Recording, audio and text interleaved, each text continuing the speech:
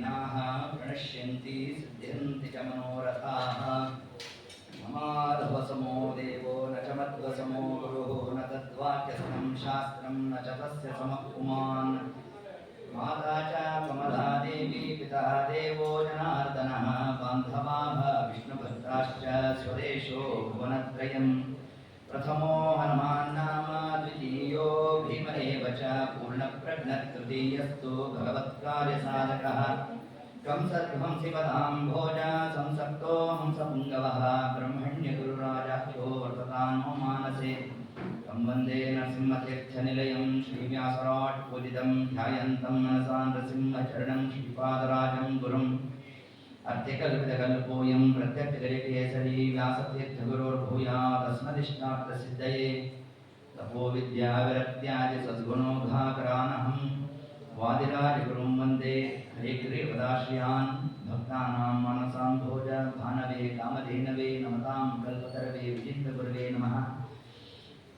कुशाग्रमते भानुद्वितीये वादिवीते आराध्य श्रीपते सुधीन्द्रते नमः। भूतराजनमस्तुभ्यं वादिराजगुरुभ्यः विद्रावसर्वभादानः सदत्वं रक्षणं कुरु। पूज्याय राघवेन्द्राय सत्यधर्मरताय च भजतां कल्पवृक्षाय नमतां कामधेनवे। दुर्वादिध्वान्तरवये वैष्णवेन्दीवरेन्दवे श्रीराघवेन्द्रगुरवे नमो अत्यन्तदयालवे।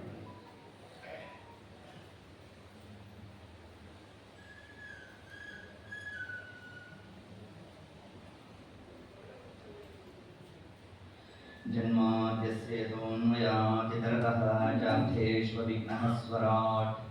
तेने ब्रह्मसदाय आदिकवये मुह्यन्ति यं सूरयः।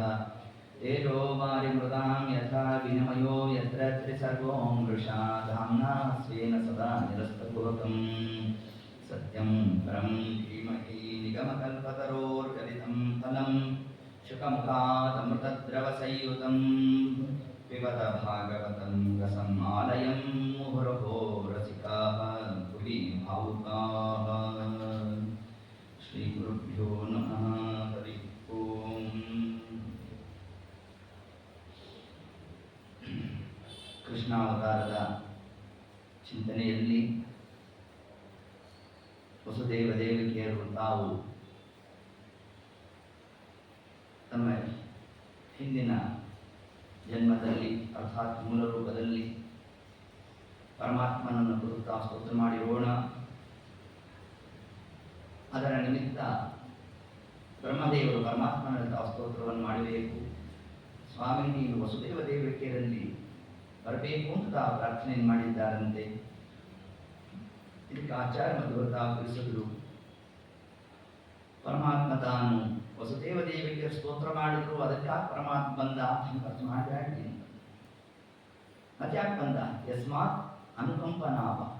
ಪರಮಾತ್ಮ ತಾನು ಕಾರುಣ್ಯವನ್ನು ತೋರ್ಲಿಕ್ಕಾಗಿ ಬಂದಂತೆ ಹೊರತಾಗಿ ದೇವರು ಬರೋ ಹಂತದ ಸ್ತೋತ್ರ ಮಾಡುವ ಯೋಗ್ಯತಾ ಋಷಿಮುನಿಗಳಿಗೆ ಇರುವಂತ ನಿಮ್ಮ ಪಾಡಿ. ಆದರೂ ಹಾಗಾದ್ರೆ ದೇವರು ಬರ್ತಾನೋ ಇಲ್ವೋ? ಬರ್ತಾನೆ. ಯಾಕೆ ಬರ್ತಾನೆ ಅಂದ್ರೆ ಆಚಾರ್ಯ ತಿಳಿಸಿದ್ರು. ಯಸ್ಮಾತ್ ಅನುಕಂಪನಾಭ. ಪರಮಾತ್ಮ ಅನುಕಂಪ ಕಾರುಣ್ಯವನ್ನ ತೋರ್ತಾ ತಾನು ಬರತಕ್ಕಂಥವ.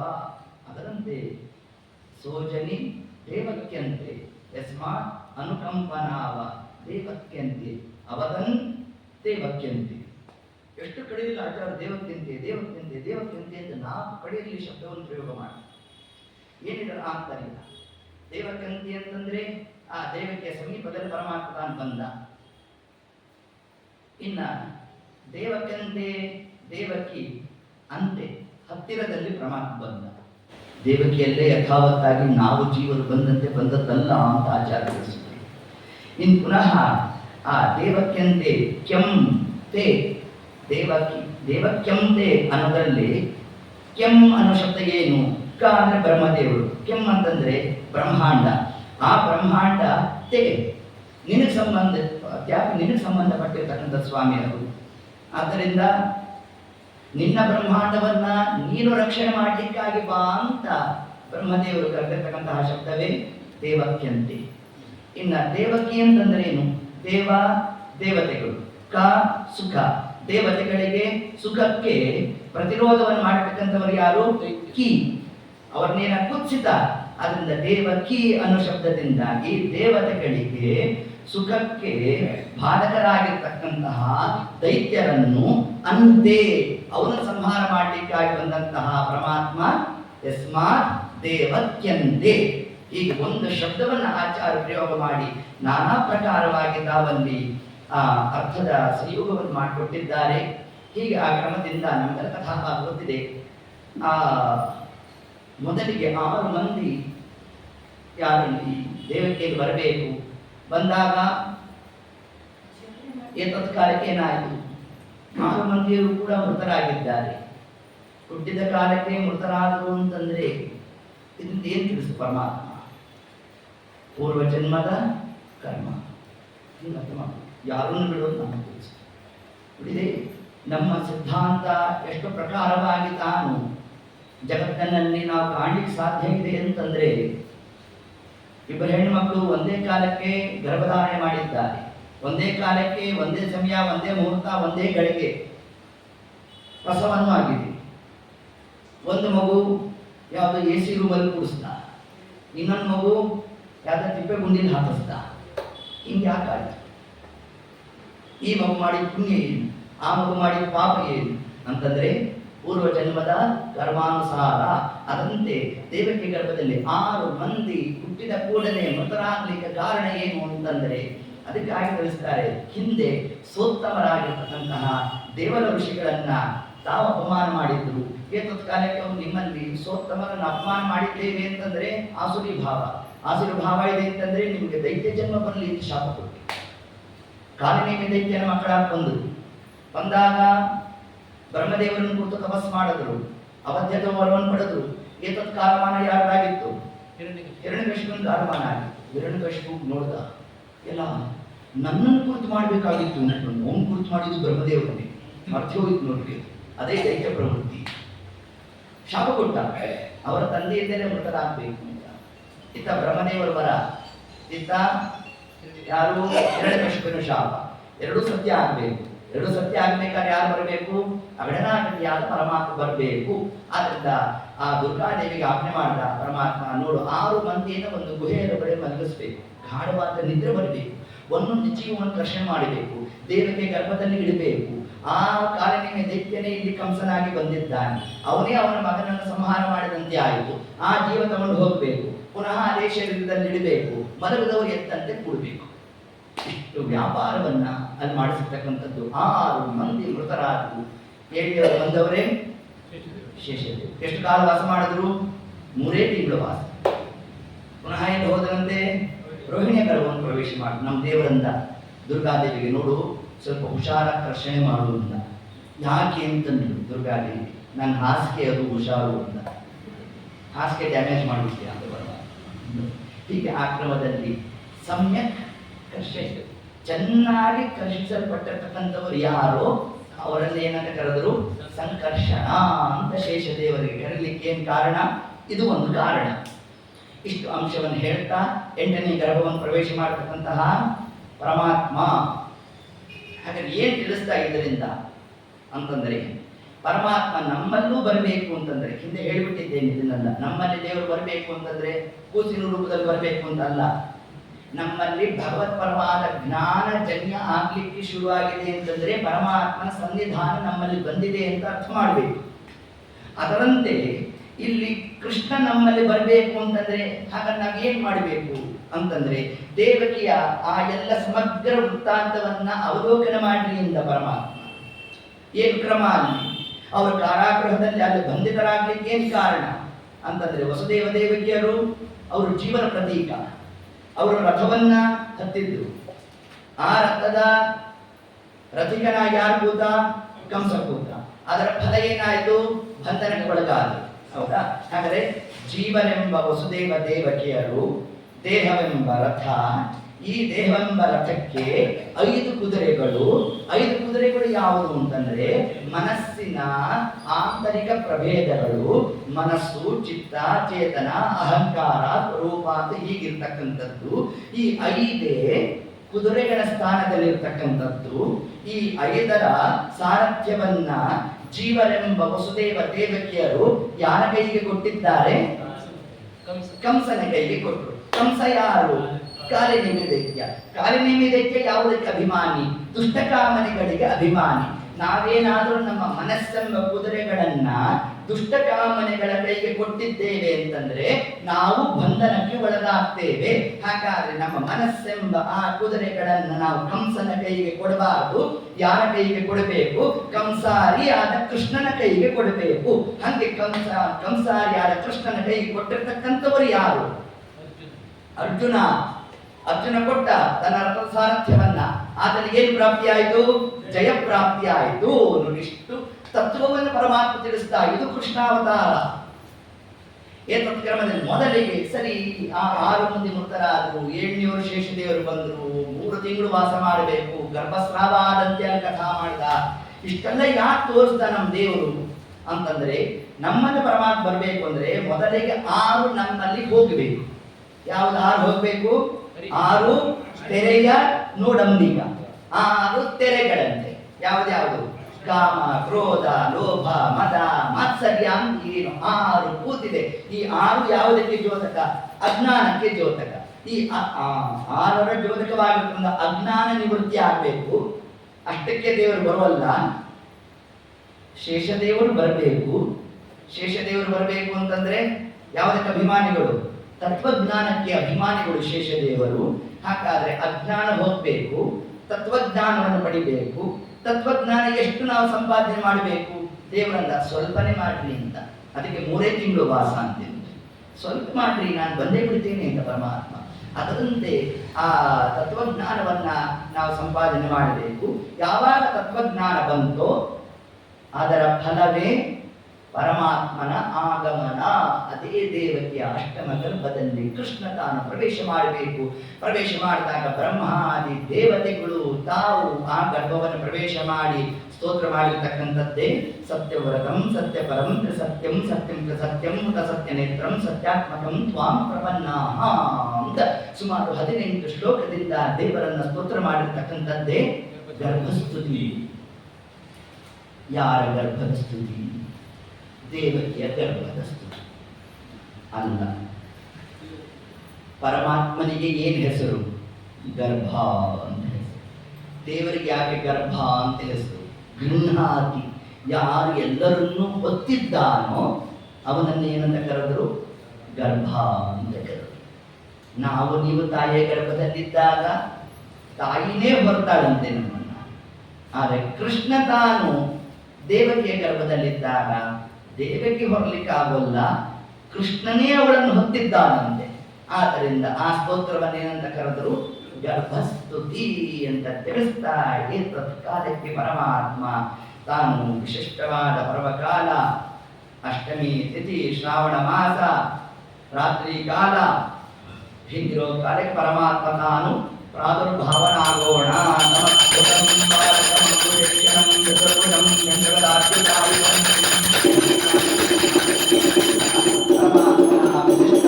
ರೂಪವನ್ನ ಅಲ್ಲಿ ಪ್ರಕಟವನ್ನು ಮಾಡಿದ್ದಾನೆ.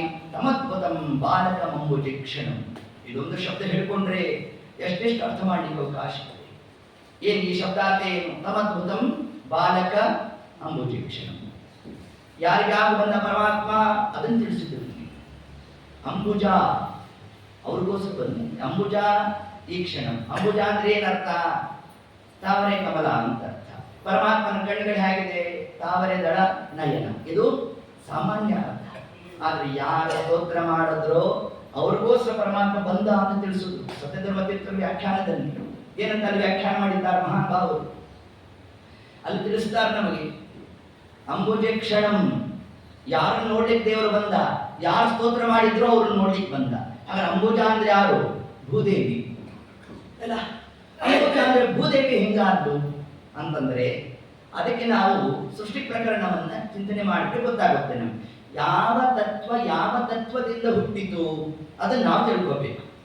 ಆಕಾಶ ಅಸೃಜತ್ ವಾಯು, ವಾಯು ತೇಜಃ, ತೇಜಃ ಸಲಿಲಂ, ಸಲಿಲಂ ತಸ್ಮಾತ್ ಯಾವುದು? ಪೃಥ್ವಿ. ಹೌದಾ? ಜಲತತ್ವದಿಂದ, ಆಕಾಶ ತತ್ವದಿಂದ ಹುಟ್ಟಿದ್ದು ಯಾವುದು? ವಾಯುತತ್ವ. ವಾಯು ತತ್ವದಿಂದ ಹುಟ್ಟಿದ್ಯಾವುದು? ಅಗ್ನಿ ತತ್ವ. ಅಗ್ನಿ ತತ್ವದಿಂದ ಹುಟ್ಟಿದ್ಯಾವುದು? ಜಲ ತತ್ವ. ಆಯ್ತಾ? ಜಲ ತತ್ವದಿಂದ ಹುಟ್ಟಿದ್ಯಾವುದು? ಪೃಥ್ವಿ. ಹೌದಾ? ಅಂಬುಜ ಅಂದ್ರೆ, ಅಂಬು ಅಂದ್ರೆ ಏನು? ನೀರು. ಜ ಅಂದ್ರೆ ಏನು? ಜನಿ ಪ್ರಾದುರ್ಭಾವೆ. ಹಾಗಾದ್ರೆ ನೀರಿನ ತತ್ವದಿಂದ ಹುಟ್ಟಿದ್ಯಾವುದು? ಪೃಥ್ವಿ ತತ್ವ. ಹಾಗಾದ್ರೆ ಪೃಥ್ವಿ ಇಲ್ಲಿ ಭೂದೇವಿ. ಭೂದೇವಿ ಪ್ರಾರ್ಥನೆ ಮಾಡಿದ್ದು.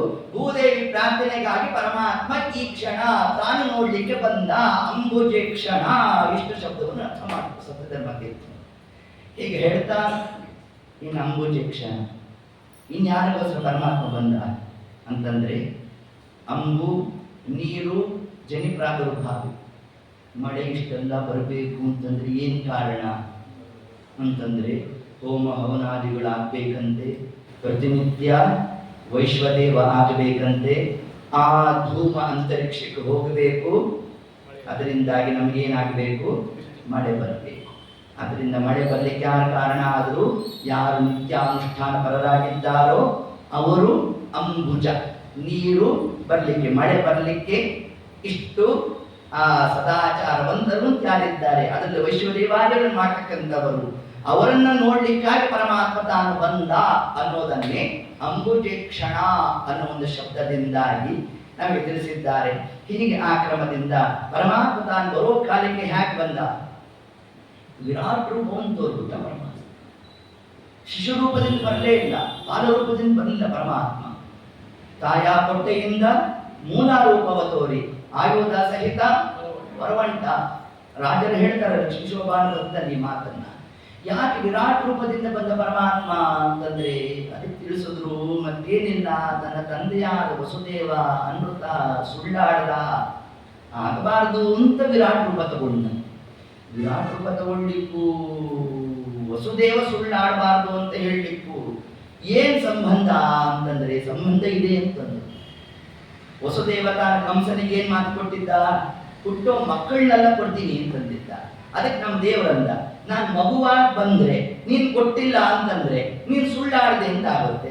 ಅದಕ್ಕೆ ನಾನೇನ್ ಮಾಡ್ತೇನೆ? ಮಗುವಾಗೇ ಬರೋಲ್ಲ, ನಾನು ವಿರಾಟ್ ರೂಪದಿಂದ ಬಂದ್ಬಿಡ್ತೇನೆ. ಆಗೇನಾಯ್ತು? ವಸುದೇವ ಸುಳ್ಳಾಡ್ದ ಅನ್ನೋ ಪ್ರಸಂಗವೇ ಬರೋಲ್ಲ ಅಂತ ಪರಮಾತ್ಮ ಏನ್ ಮಾಡದಂತೆ ತಾನು ವಿರಾಟ್ ರೂಪದಿಂದ ಬಂದ. ಇಷ್ಟ ಅಂಶವನ್ನು ತಿಳಿಸುವುದು ನಮಗೆ. ಸರಿ, ಇಷ್ಟೆಲ್ಲ ಆಯ್ತು. ಇದೆಲ್ಲ ಆದ ನಂತರದಲ್ಲಿ ಮುಂದೆ ಎಲ್ಲ ಸ್ತೋತ್ರಾದಿಗಳನ್ನು ನಡೆಸಿದ್ದಾರೆ. ಸ್ತೋತ್ರವನ್ನು ನಡೆಸಿದಾಗ ಆಗ ಪರಮಾತ್ಮ ತಾನು ಶಿಶುರೂಪವನ್ನು ಧಾರಣೆ ಮಾಡಿದ. ವಸುದೇವ ತಾನು ಕೈಯಲ್ಲಿ ಕೂಸನ್ನು ಹಿಡಿಬೇಕು. ಹಿಡಿದಂತಹ ಕಾಲಕ್ಕೆ ಏನು ಆ ಒಂದು ಸರಪಳಿ ಮೊದಲಾದದೆಲ್ಲ ಕೈಗೆ ಹಾಕಿದ್ರು, ಅದೆಲ್ಲದರಿಂದ ಮುಕ್ತನಾದ. ಅಂದರೆ ಪರಮಾತ್ಮ ತತ್ವವನ್ನು ಹಿಡಿತು ಅಂತಂದ್ರೆ ಬಂಧನದಿಂದ ನಮಗೆ ಮುಕ್ತಿ ಪ್ರಾಪ್ತಿ ಅನ್ನೋ ಒಂದು ಅಂಶವನ್ನು ಕೂಡ ನಮಗೆ ತಿಳಿಸಿದ್ದಾರೆ. ಹೀಗೆ ಹೇಳ್ತಾ ಏತತ್ ಕಾಲಕ್ಕೆ ನಮ್ಮ ಪರಮಾತ್ಮ ತಾನು ನಾನಾ ಪ್ರಕಾರವಾದಂಥ ಲೀಲೆಯನ್ನು ತೋರಿಸಿದ್ದಾನೆ. ಚಂದ್ರನ ಕಡೆ ನೋಡ್ದ, ಒಂದ್ಸತಿ ನಕ್ಕ. ಅದೇ ಒಂದು ದೊಡ್ಡ ಕಥೆ. ಚಂದ್ರನ ಕಡೆ ನೋಡಿ ಯಾಕೆ ನಕ್ಕ? ಇದೊಂದು ಕಲಿತು ಆಗ ಅಂದಂತೆ ಪರಮಾತ್ಮ, ಆ ಚಂದ್ರ ಪರಮಾತ್ಮನ ಮಂದಹಾಸವನ್ನು ನೋಡಿ ಆನಂದನೂ ಆಯ್ತಂತೆ, ದುಃಖನೂ ಆಯ್ತು. ಇದು ಬೇರೆ ಮಾಡಬೇಕ. ಯಾಕೆ ಅವನು ದುಃಖ ಆಯಿತು? ತನ್ನ ಸೌಂದರ್ಯವನ್ನ ಮೀರಿಸ್ತಕ್ಕಂತಹ ಸೌಂದರ್ಯ ನೋಡ್ಬಿಟ್ಟಂತೆ.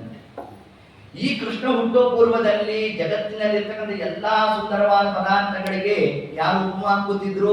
ಚಂದ್ರ ಕೂತಿದ್ದ. ಈ ಚಂದ್ರ ಅನ್ಕೊಂಡ, ಇನ್ನು ಮುಂದೆ ನನ್ನ ಹೆಸರು ಬರೋಲ್ಲ, ಎಲ್ಲ ಅದಕ್ಕೂ ಕೃಷ್ಣನ ಹೆಸರು ಬಂದ್ಬಿಡ. ಮನೆಯಲ್ಲಿ ಒಂದು ಮಗು ಹುಟ್ಟಿದೆ ಅಂತಂದ್ರೆ ನಾವೆಲ್ಲ ಏನಂತ ಬಂತೆ? ಮಗು ಹೇಗಿದೆ ಅಂತಂದ್ರೆ ಪೂರ್ಣ ಚಂದ್ರ ಇದ್ದಂಗಿದ್ದಾನೆ ಅಂತ ಅಂತಾಡ್ತಂತೆ. ಈಗ ಚಂದ್ರ ಅನ್ಕೊಂಡಂತೆ ಇನ್ನು ಮುಂದೆ ನನ್ನ ಹೆಸರು ಹೇಳುವಲ್ಲ, ಮಗು ಹೇಗಿದೆ ಅಂದ್ರೆ ಕೃಷ್ಣ ಇದ್ದಾನೆ ಅಂತಾರೆ. ಏನಾದಂತೆ ಅರ್ಧ ಮುಖ ಸಪ್ಪೆ ಆಗ್ಬಿಡ್ತದೆ. ಇನ್ನು ಅರ್ಧ ಆದ್ರೂ ಯಾಕೆ ಉಳ್ಕೊಂಡ ಅಂತಂದ್ರೆ ನನ್ನ ವಂಶದಲ್ಲೇ ಬಂದಿದ್ದಲ್ವಾ ಅಂತ ಸ್ವಲ್ಪ ಸಮಾಧಾನ ಮಾಡ್ಕೊಂಡಂತೆ. ಅದಕ್ಕೆ ಅಷ್ಟಮಿ ಚಂದ್ರ ಹೇಗಿರ್ತಾನೆ? ಅರ್ಧ ಚಂದ್ರ ಇರ್ತಾನೆ. ಇದಿಷ್ಟು ರಾಜರು ಇಂಗ್ಲಿಷ್ ವಿಷಯದಲ್ಲಿ ಉಲ್ಲೇಖ ಮಾಡ್ತಾರೆ ಈ ಕಥಾ ಪ್ರಸಂಗವನ್ನು. ಹೀಗೆ ಆ ಕ್ರಮದಲ್ಲಿ ಹೇಳ್ತಾ ಮುಂದೆ ಪರಮಾತ್ಮ ತಾನು ಹೊರಟ ಅಲ್ಲಿಂದ. ನೀತೋ ವಸುದೇವೇನ ಸ್ವತತೇನ ಸಗೋಕುಲಂ ಸುವಸುದೇವೇನ ತತ್ರ ಯಶೋದಾ ತನಯಂ ಮೇನೆ ಕೃಷ್ಣಂ ಸ್ವಕೀಯ ಮವದಾ ತನಯಂ. ವಿಶಿಷ್ಟವಾದ ತತ್ವಗಳನ್ನು ಆಚಾರ್ಯಪಾದರು ತಿಳಿಸ್ತಾ ಬರ್ತಾರೆ. ನೀತೋ ವಸುದೇವೇನ. ವಸುದೇವ ಕರ್ಕೊಂಡು ಹೊರಟ. ಯಾಕೆ ಹೊರಟ? ಕೃಷ್ಣ ಅವತಾರ ಮಾಡಿದ್ಯಾಕೆ? ಜಾತಃ ಕಂಸ ಪದಾರ್ಥ. ಕಂಸ ಇಲ್ಲೇ ಇದ್ದಾನೆ, ಹೋಗಿ ಒಂದು ಜಾಡ್ಸ್ ಒದ್ದಿ ಸಂಹಾರ ಮಾಡಬೇಕಾನೆ. ಮಾಡಲೇ ಇಲ್ಲ, ರಾತ್ರೋರಾತ್ರಿ ಹೊರಟೇ ಇಲ್ಲ. ನೀತೋ ವಸುದೇವೇನ, ವಸುದೇವ ಕರ್ಕೊಂಡು ಹೊರಟ್ಬಿಟ್ಟ. ಸರಿ ರೀ, ವಸುದೇವ ಹೇಳ್ತಾರಪ್ಪ, ನಿಮ್ ದೇವ್ರು ಹೇಳ್ಬೇಕಾನೆ, ನಾನು ಬಂದ್ ಕೆಲಸ ಇರೋದು ಬೇರೆ ಇದೆ, ನೀ ಯಾಕೆ ಕರ್ಕೊಂಡು ಹೋಗ್ತೀನಿ ಹಂಗೆ ಹೇಳ್ಬೇಕಾನೆ. ಹೊಟ್ಟೆ ಬಿಟ್ಟ ನಮ್ಗೆ. ಯಾಕೆ ಹೊರಟ? ಇಲ್ಲ, ಇನ್ನು ಚಿಕ್ಕ ಸುರಿ, ಅದು ಸ್ವಲ್ಪ ದೊಡ್ಡವನ್ಗಿದ್ದವನ್ ಆಗಿ ಒಂಚೂರು ಸ್ವಲ್ಪ ಪ್ರೋಟೀನ್ಸ್ ಗ್ರೀಟೀನ್ಸ್ ಎಲ್ಲ ತಗೊಂಡು ಆಮೇಲೆ ಬರ್ತಾನೆ ಅಂತ ಹಿಂಗ ಕ್ರಮ ಅಂತಂದ್ರೆ, ಅದಕ್ಕೆ ಆಚಾರ ತಿಳಿಸೋದ್ರಲ್ಲಿ ಅಪ್ಪನ ನಿರ್ಣಯದಲ್ಲಿ ಒಂದು ಮಾತು ಬರುತ್ತೆ. ಸೃಷ್ಟ ಬ್ರಹ್ಮಾದಯೋ ದೇವಾಹ ನಿಹತಾಹ ಏನ ದಾನವಾಹ. ಆಚಾರ ಒಂದು ಮಾತು ತಿಳಿಸಿದ್ರು. ನಿಮಗೆ ಸೃಷ್ಟಿ ಸಂಹಾರ ಶಬ್ದ ಅರ್ಥನೇ ಗೊತ್ತಾಗಿಲ್ಲ ಅಂತ. ಸೃಷ್ಟಿ ಅಂದ್ರೆ ಏನು, ಸಂಹಾರ ಅಂದ್ರೆ. ಸೃಷ್ಟಿ ಅಂದ್ರೆ ಕೇವಲ ಜೀವನ ಸೃಷ್ಟಿ ಅಷ್ಟೇ ಅಲ್ಲ. ಸೃಷ್ಟಿ ಶಬ್ದ ಏನು? ಸೃಷ್ಟತ್ವ ದೇವಾನ ಮುಕ್ತಿ. ದೇವತೆಗಳಿಗೆ ಮೋಕ್ಷ ಕೊಡುವುದನ್ನ ಸೃಷ್ಟಿ ಅಂತ ಕರೆದಿದ್ದಾರೆ. ಸಂಹಾರ ಅಂದ್ರೆ ಏನು ಅಂತಂದ್ರೆ ಅವರಿಗೆ ದುಃಖವನ್ನು ಕೊಡುವುದು ಸಂಹಾರ, ಹೊರತಾಗಿ ದೇಹನಾಶಕ್ಕೆ ಸಂಹಾರ ಅಂತ ಹೇಳೋದು. ಈಗ ಕಂಸನನ್ನು ಸಂಹಾರ ಮಾಡಿದ್ರೆ ಏನಾಗಿರೋದು? ದೇಹನಾಶ ಆಗೋದು, ಜೀವ ಹಾಗೆ ಉಳಿತಾನೆ. ಆದರೆ ಇಲ್ಲಿ ಸಂಹಾರ ಶಬ್ದ ಅಂತ ಏನ್ ತಿಳಿಸಿದ್ದಾರೆ? ಅವನಿಗೆ ದುಃಖಾದಿಗಳು ಜನ್ಯ ಆಗಬೇಕು. ಅದಕ್ಕಾಗಿ ಪರಮಾತ್ಮ ಏನ್ ಮಾಡ್ದ? ಮೊದಲು ತಾನು ಬಹಳ ದೂರ ಹೋದ, ಅದೇ ಒಂದು ದುಃಖ. ಕೃಷ್ಣನ್ ಹುಡುಕಿದ್ದು ಒಂದು ದುಃಖ ಆಯ್ತು. ತನ್ನ ಸಾಕು ತಾಯಿಯನ್ನು ಕಳಿಸಿದ, ಅವಳು ವಾಪಸ್ ಬರಲೇ ಇಲ್ಲ. ಅದಾದ್ಮೇಲೆ ತನ್ನ ವಾಹನ ಶಕಟಾಸುರನು ಬಂದ, ಅವನ ಬರಲೇ ಇಲ್ಲ. ತೃಣಾವರ್ತ ಹೋದ, ಅವನ್ ಬರಲಿಲ್ಲ. ಹೀಗೆ ಯಾರ್ಯಾರು ಹೋದ್ರು ಯಾರೆಲ್ಲ ಒಂದೇ ಆಗೋಯ್ತು. ಒಳ್ಳೆ ವಾಪಸ್ ಯಾರು ಶುಭೆ ಆಗಲೇ ಇಲ್ಲ. ಇದರಿಂದ ಏನಾಯ್ತು? ಕಂಸನಿಗೆ ದುಃಖ ಪ್ರಾಪ್ತಿ ಆಯಿತು. ಜಾತಃ ಕಂಸ ಪದಾರ್ಥಾಯ. ಕೃಷ್ಣ ಹುಟ್ಟೋ ಕಾಲಕ್ಕೆ, ಕೃಷ್ಣ ಹುಟ್ಟೋ ಪೂರ್ವದಲ್ಲಿ ಆಗಿರ್ತಕ್ಕಂಥ ಅಶರೀರವಾಣಿಯಿಂದಾಗಿ ಅವನಿಗೇನಾಯ್ತು? ಸಂಹಾರ ಕಾರ್ಯ ಪ್ರಾರಂಭ ಆಯಿತು. ಕೃಷ್ಣ ಹುಟ್ಟಿದ ಮೇಲೆ ಸಂಹಾರ ಅಲ್ಲ, ಕೃಷ್ಣ ಹುಟ್ಟೋ ಪೂರ್ವದಲ್ಲೇ ಸಂಹಾರ. ಎಲ್ಲಿ ತನಕ ಅವನು ದುಃಖಪಟ್ಟಿದ್ದ? ಯಾವ ದಿವಸದಿಂದ ಅಶರೀರವಾಣಿ ಕೇಳಿದ್ನೋ, ಎಲ್ಲಿ ತನಕ ಕೃಷ್ಣ ಅವತಾರ ಮಾಡಿದ್ನೋ ಅಲ್ಲಿ ತನಕ ನಿದ್ದೆ ಮಾಡಿಲ್ಲ. ಅವನು ನಿದ್ದೆ ಮಾಡಿದ್ ಯಾವಾಗ? ಕೃಷ್ಣ ಹುಟ್ಟದ ಅನ್ನೋ ಕಾಲಕ್ಕೆ ನಿದ್ದೆ ಬಂತು. ನೋಡ್ರಿ, ಆ ಜೀವನ ಯೋಗ್ಯತೆ ಆಯ್ತು. ಹೀಗೆ ಆ ಕ್ರಮದಲ್ಲಿ ನೀತೋ ವಸುದೇವೇನ. ಹಾಗ ಪರಮಾತ್ಮ ಯಾಕೆ ಹೊರಟ ಅಂತಂದ್ರೆ ಕಂಸನಿಗೆ ದುಃಖವನ್ನು ಕೊಡ್ಲಿಕ್ಕ ಪರಮಾತ್ಮ ಹೊರಟ. ಅದೇ ಸಂಹಾರ ಶಬ್ದಾರ್ಥ. ಇಷ್ಟನ್ನು ಹೇಳ್ತಾ ಸ್ವತತೇನ ಸ ಗೋಕುಲಂ ಸುವಸುದೇವೇನ. ಈ ವಸುದೇವ ವಾಸುದೇವನನ್ನ ಸುವಸುದೇವನ ಮನೆಗೆ ಕರ್ಕೊಂಡು ಹೋದ. ಏನ್ ಅರ್ಥ ಮಾಡ್ಬೇಕಪ್ಪ? ವಸುದೇವ ಸರಿ ಇದೆ, ವಾಸುದೇವ ನಿರ್ವಿವಾದ. ಕೃಷ್ಣನ್ ಕರ್ಕೊಂಡು ಹೊರಟ. ಎಲ್ಲ ಕರ್ಕೊಂಡು ಹೊರಟ? ನಂದಗೋಪನ ಮನೆಗೆ ಹೊರಟ. ಆದ್ರೆ ಆಚಾರ್ಯ ಹೇಳಿದ್ದೇನು? ಸುವಸುದೇವನ ಮನೆಗೆ ಅಂತಂದ್ಬಿಟ್ರು ಆಚಾರ್ಯ. ಏನು ಸುವಸುದೇವ? ನಂದಗೋಪ ತಾನೆ ಅಂತಂದ್ರೆ ಅದಕ್ಕೆ ಆಚಾರ ಅಂದ್ರು, ಈ ವಸುದೇವ ಹೆಸರು ಮಾತ್ರ ವಸುದೇವ, ಮೂಲದಲ್ಲಿ ಇದ್ದ ಕಶ್ಯಪ. ಆದ್ರೆ ಆ ನಂದಗೋಪ ಯಾರು ಅಂತಾನೆ? ಮೂಲದಲ್ಲಿ ದ್ರೋಣನಾಮಕ ವಸು. ಆದ್ರಿಂದ ನೈಜವಾದ ವಸುತ್ವ ಯಾರಲ್ಲಿದೆ? ಆ ನಂದಗೋಪನಲ್ಲಿದೆ.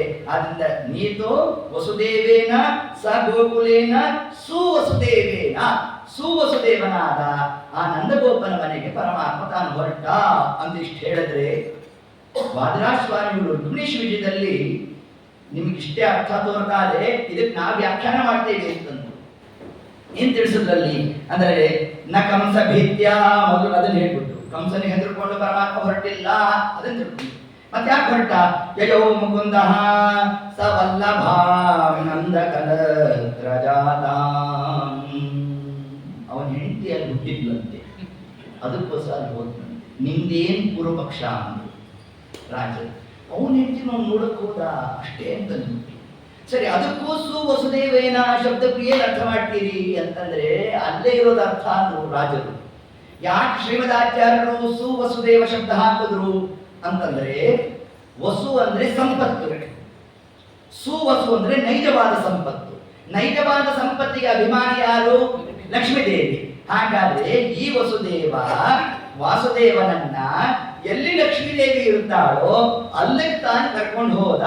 ಆದ್ರೆ ಇದರಿಂದ ನಮ್ಗೆ ಯಾವ ತತ್ವವನ್ನು ತಿಳಿಸಿದ ಪರಮಾತ್ಮ ಅಂತಂದ್ರೆ, ಎಲ್ಲಿ ಲಕ್ಷ್ಮೀದೇವಿ ಸನ್ನಿಧಾನ ಇರುತ್ತೋ ಅಲ್ಲಿ ನನ್ನ ಸನ್ನಿಧಾನ, ಎಲ್ಲಿ ಲಕ್ಷ್ಮೀದೇವಿ ಸನ್ನಿಧಾನ ಇರುತ್ತೋ ಅಲ್ಲಿ ನಾನು ಇರುವಲ್ಲ ಅಂತ. ಮಾಯಾವಿ ಪರಮಾನಂದಂ ತೆಕ್ವ ವೈಕುಂಠಮುತ್ತಮಂ. ಸ್ವಾಮಿ ಪುಷ್ಕರಣಿ ಅಂತಿದೆ. ಪುನಃ ಏನ್ ಮಾಡ್ದ? ರಮಯಾ ಸಹ ಮೋದತೆ.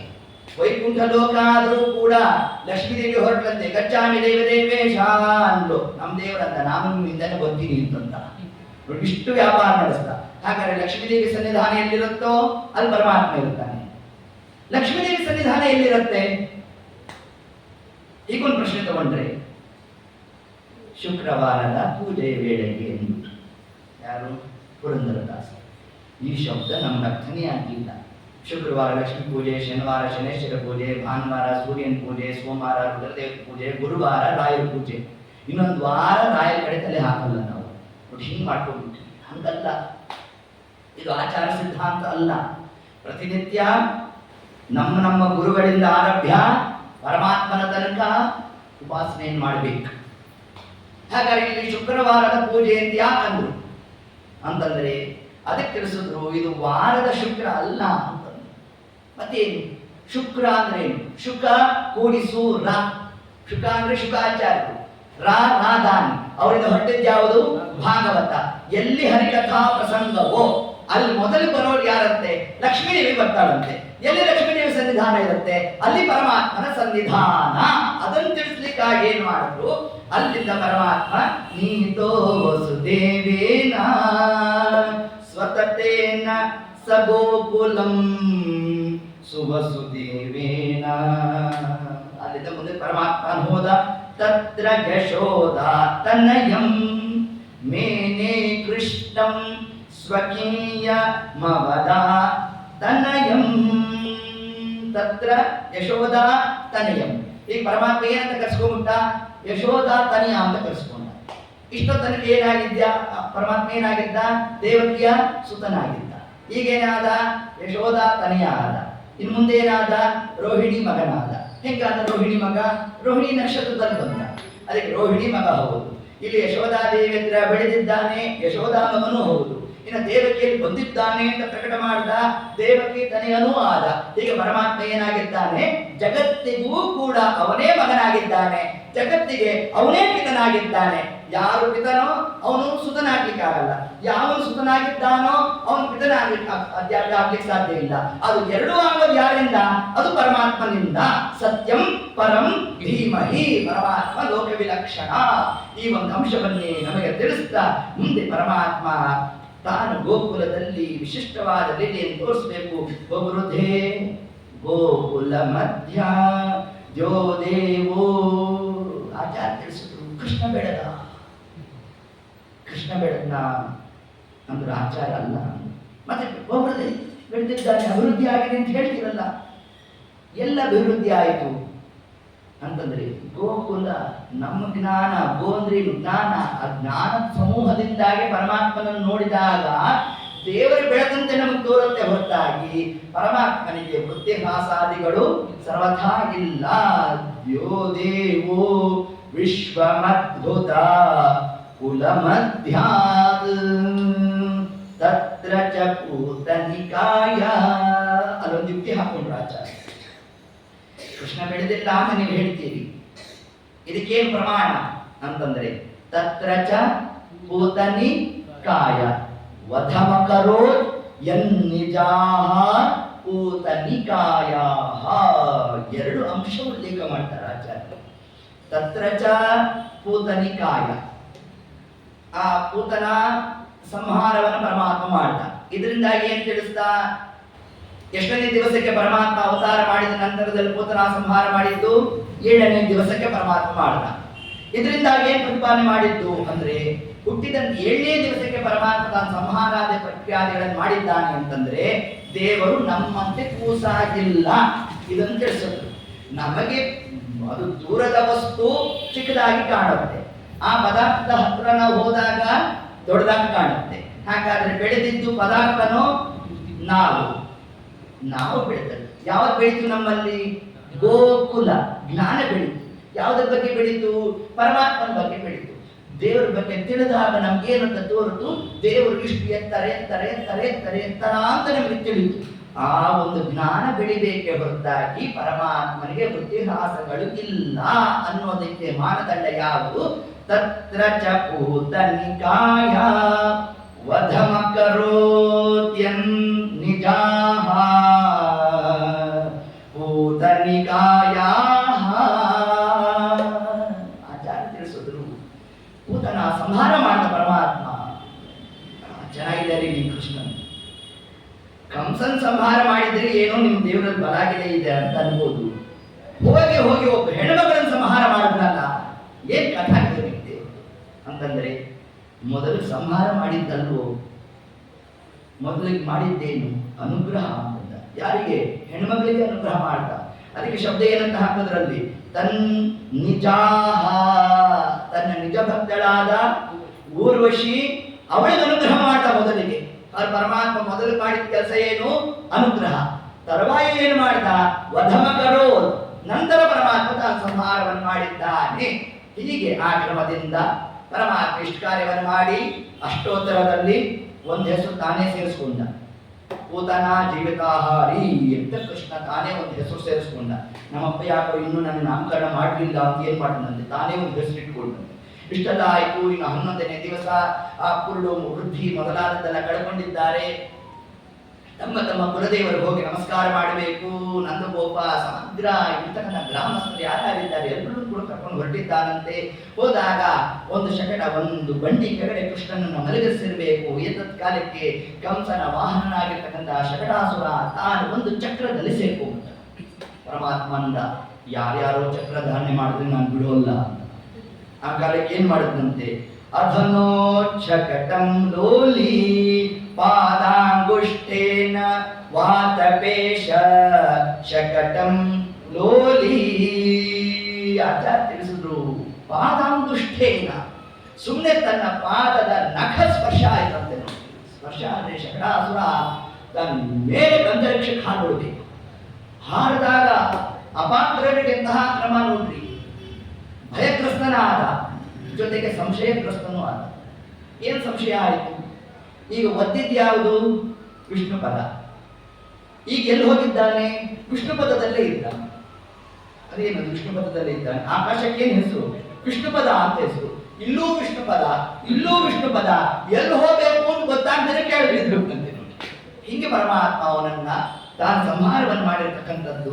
ಹೀಗೆ ಇಷ್ಟೆಲ್ಲ ಕಾರ್ಯ ಆದಾಗ ಯಶೋಧಾದೇವಿ ಅನ್ಕೊಂಡಂತೆ, ಏನಪ್ಪ ನನ್ನ ಕೂಸೇನು ಎಷ್ಟೋ ವರ್ಷ ಆದ್ಮೇಲೆ ಪ್ರಾಪ್ತಿ ಆಯಿತು ಅಂತ ಅನ್ಕೊಂಡ್ರೆ, ಆ 7ನೇ ದಿವಸಕ್ಕೆ ಅವಳು ಯಾರೋ ಪೂತನ, ಅವಳು ಯಾರೋ ಬಂದ್ರು, ಈಗ ನೋಡಿದೆ ಇವನು ಯಾರೋ ಶಕಟಾಸುರ ಅಂತೆ. ಹಿಂಗೆಲ್ಲ ಆಗ್ತಾ ಇದೆಯಲ್ಲ ಅಂತ ಆ ಕಾಲಕ್ಕೆ ಯಶೋಧಾದೇವಿ ತಾನೇನ್ ಮಾಡಿದ್ದಾಳಂತೆ, ಅದನ್ನು ರಕ್ಷಾಮಸ್ಯ ಸ್ವಜ್ಞಾನ. ಏನು ಆಚಾರ ಒಂದು ಶಬ್ದ ಬಿಡುವರಲ್ಲ. ಕೃಷ್ಣನಿಗೆ ರಕ್ಷಾ ಮಾಡಬೇಕು ಅಂತ. ಏನು ರಕ್ಷಾ ಮಾಡೋದು ಅಂದ್ರೆ ತಾಯ್ತ ಕಟ್ಸೋದು. ಕೃಷ್ಣನಿಗೆ ತಾಯ್ತ ಕಟ್ಸಕ್ಕೆ ಕರ್ಕೊಂಡು ಹೋದ್ಲಂತೆ ಯಾರು? ಯಶೋಧಾದೇವಿ. ಅದನ್ನು ರಕ್ಷಾಮಸ್ಯ, ಕೃಷ್ಣನಿಗೆ ಸ್ವಲ್ಪ ರಕ್ಷಾ ಮಾಡ್ರಿ ಅಂದ್ಲಂತೆ ಯಾರು? ಯಶೋಧಾದೇವಿ. ಹಿಂಗ್ಯಾಕಂದ್ಲು ಅಂತಂದ್ರೆ ಅದಕ್ಕೆ ಆಚಾರ್ಯ ತಿಳಿಸಿದ್ರು, ಸ್ವಜ್ಞಾನ, ತನ್ನ ಅಜ್ಞಾನದಿಂದಾಗಿ ಇಷ್ಟು ಮಾತನ್ನು ತಾನು ಆಡಿದ್ದಾಳಂತೆ. ಸ್ವಜ್ಞಾನ. ಆ ಕಾಲಕ್ಕೆ ಹೋಗಿರ್ತಕ್ಕಂತಹ ಯಾವ ಬ್ರಾಹ್ಮಣರ ಮನೆಗೆ ಹೋದ್ಲು, ಬ್ರಾಹ್ಮಣರಾದ್ರೂ ಅರ್ಥ ಮಾಡ್ಕೋಬೇಕು ಬೇಡ, ಬಂದಿರುವ ಸಾಕ್ಷಾತ್ ಪರಮಾತ್ಮ ಅಂತ.